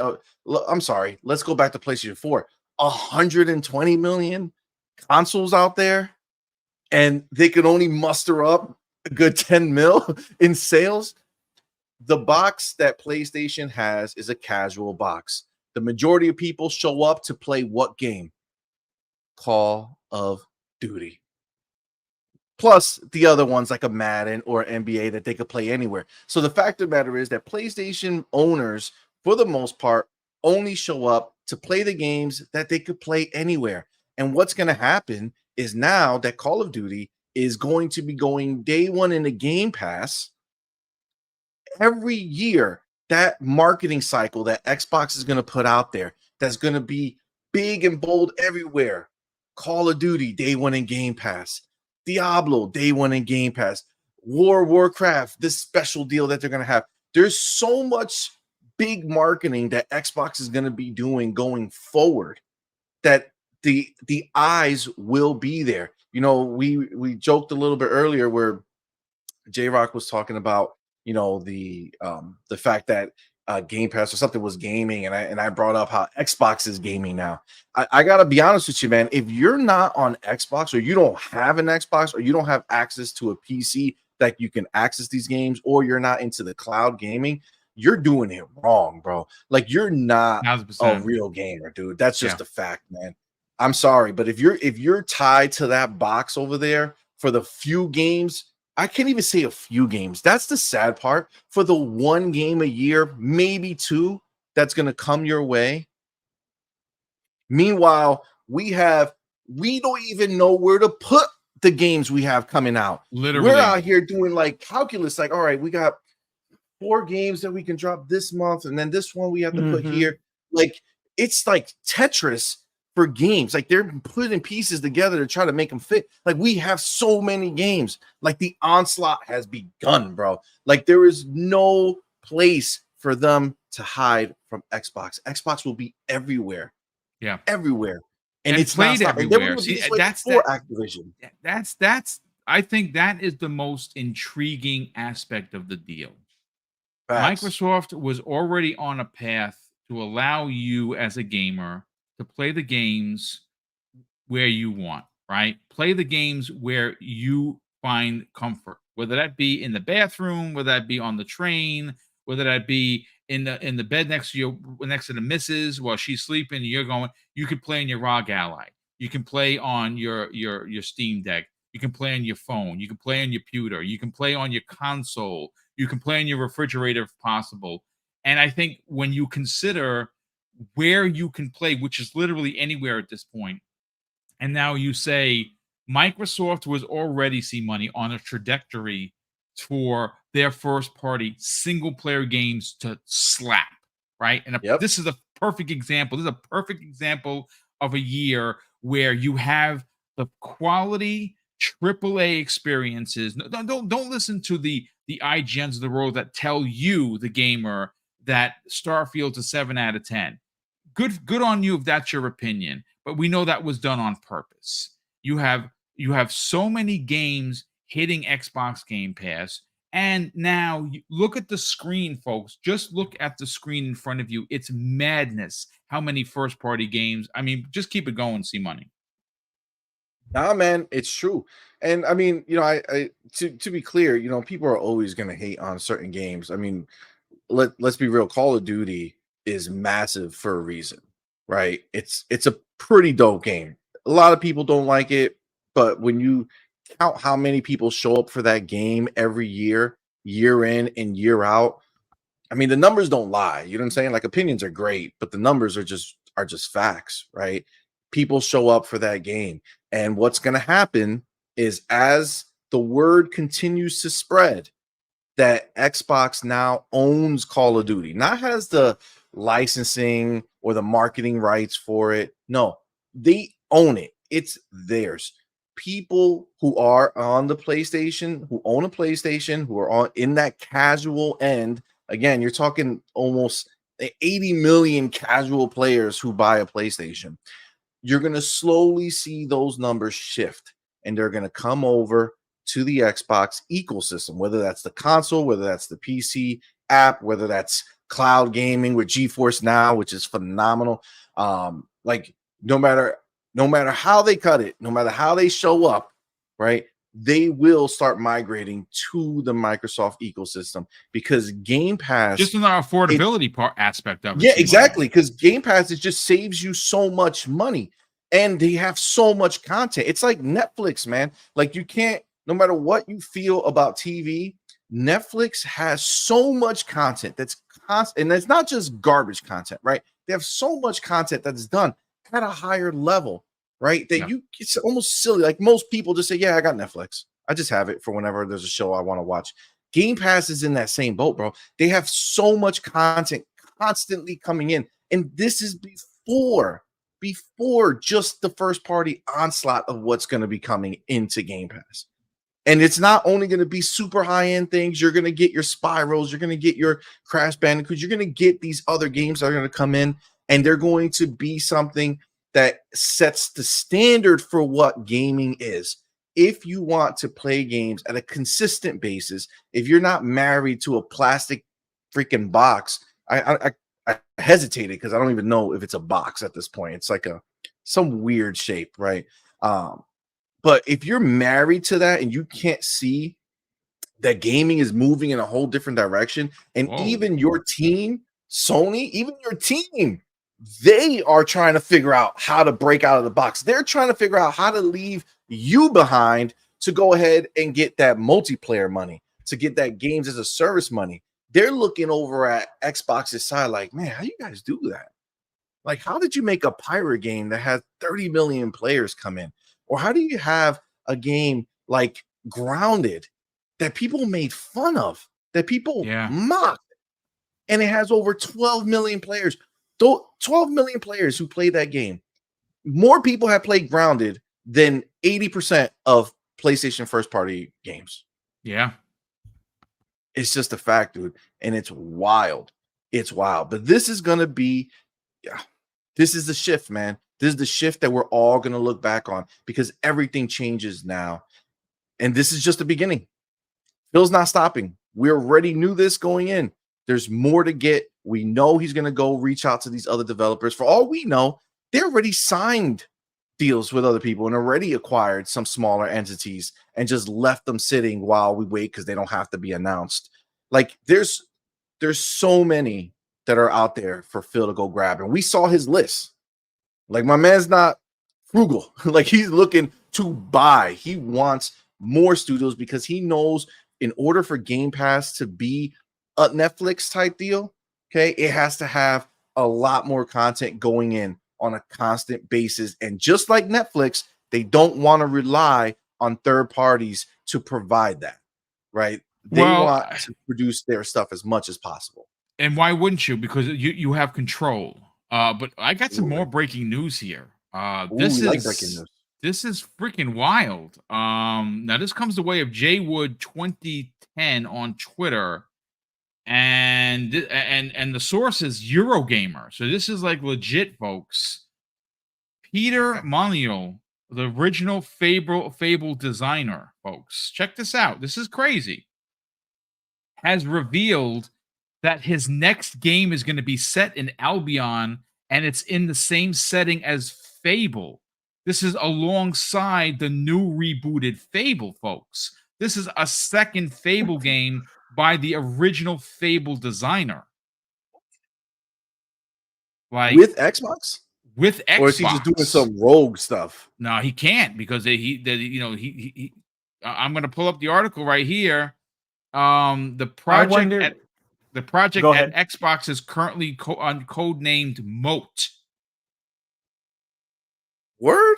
Yeah. So we have another game you see what I'm saying? And this is from so left field, right? Like this is completely out of nowhere. Well, I wonder if, and I said this a while back, if Microsoft would, because for the past year and a half, there was a lot of people saying that why isn't Microsoft doing this or doing that? They're really quiet about this, or they're really quiet about that. Or how come they're not talking about Game Pass numbers in a certain way or marketing things in a certain way? I wonder if now that the deal is finally done, that there's just going to start being a bunch of like random bits of news coming out from not only Xbox, but different people that couldn't really talk about things before because they wanted to present themselves a certain way with trying to close this deal and everything. So now that the deal is closed, I wonder if over the next, couple of weeks to a few months, we just start getting random drops of news about this is coming, this is being worked on, this is being remastered or remade or whatever, just because now they can finally just open the floodgates about what they're doing. Just a thought.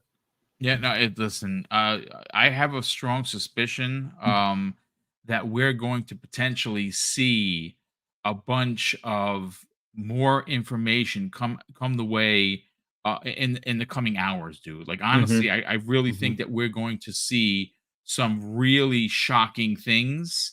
And I think you're onto something. I think that people are going to be able to now people can speak. Now people can talk about it. Listen, it's like I said, this is, first of all, we're over 3 hours on the show. We have still 700 people here, which is just complete madness. I'm gonna wrap it up because I'm starting to lose my voice. It has been one heck of a day for Xbox gamers. I did catch up on all the super chats as promised. A big thank you to everyone that supports the channel on a daily basis, not only through channel memberships, but also through the daily super chats. Remember, I do this show 5 days a week. I don't do it for money, folks, because we're still a mom and pop organization. Maybe one day we'll hit 100,000. I don't know, but we're on the hunt for 14K. If you're finding the channel for the first time, please consider subscribing. We have already spoken to Dusty, and we got his hot take on where you could find him. But C Money, let's get your information. You, the missus, and the kids do an amazing, very unusual type of podcasting where you podcast together as a family. It's brilliant. No one else is doing it. And of course, you do have a lot of content that you work directly with the missus. I'd like you to kind of tell people where they can check this out because it's fantastic content that you should definitely add to your weekly playlist. Where could people subscribe? Help you now march towards 12K, and more importantly, reach out to you on social media. See, Money, you're muted, brother. Or did he have to step away for a second? I don't know. Yeah, I think he jumped out for a second because I saw him mute and whatnot. Okay, all right. So listen, we'll get back to him in a second. But yeah, I mean, just such an exciting day for Xbox. That trailer you saw, I played a couple of times, is just beautiful. It is beautiful. It does give you an Xbox feel. See Money, say your brand, brother. Talk about where people can subscribe to your channel, and more importantly, reach out to you on social media. Oh, absolutely. Well, first of all, it's an exciting day, guys. All right. We got a huge W right now. So live in that moment. You're on social media. Don't let the ponies get you down. We know what they're about. Enjoy. Live in this moment because this is a huge moment. And guess what? This is only going to get better. So I am C Money right on the screen. You can see C Money Forever. You can follow me on Twitter, where we have a lot of fun times talking about the world of Xbox and all the goodies that we're getting. We have a channel called On Point for Gamers. Tonight is supposed to be our On Point Anime and Beyond, where we talk about anime and TV and movies and all that fun stuff. But this is the news of the day, my man. So I think we're gonna have to hijack Anime and Beyond, and we're gonna be switching it up, and we're gonna be celebrating the big, humongous W that is this acquisition being closed and completed. So we're gonna have a fun night. It's at 6 p.m. Eastern Standard Time. Definitely come by. We're gonna have some fun. It's gonna be a little spicy. We got a lot of exciting things to talk about. So definitely do that. So yeah, that's the one, man. Oh, you know what? I'm gonna talk about our guest show, Her, Him, the Guest. Yep. Tuesday, we're actually going to be doing our first double header.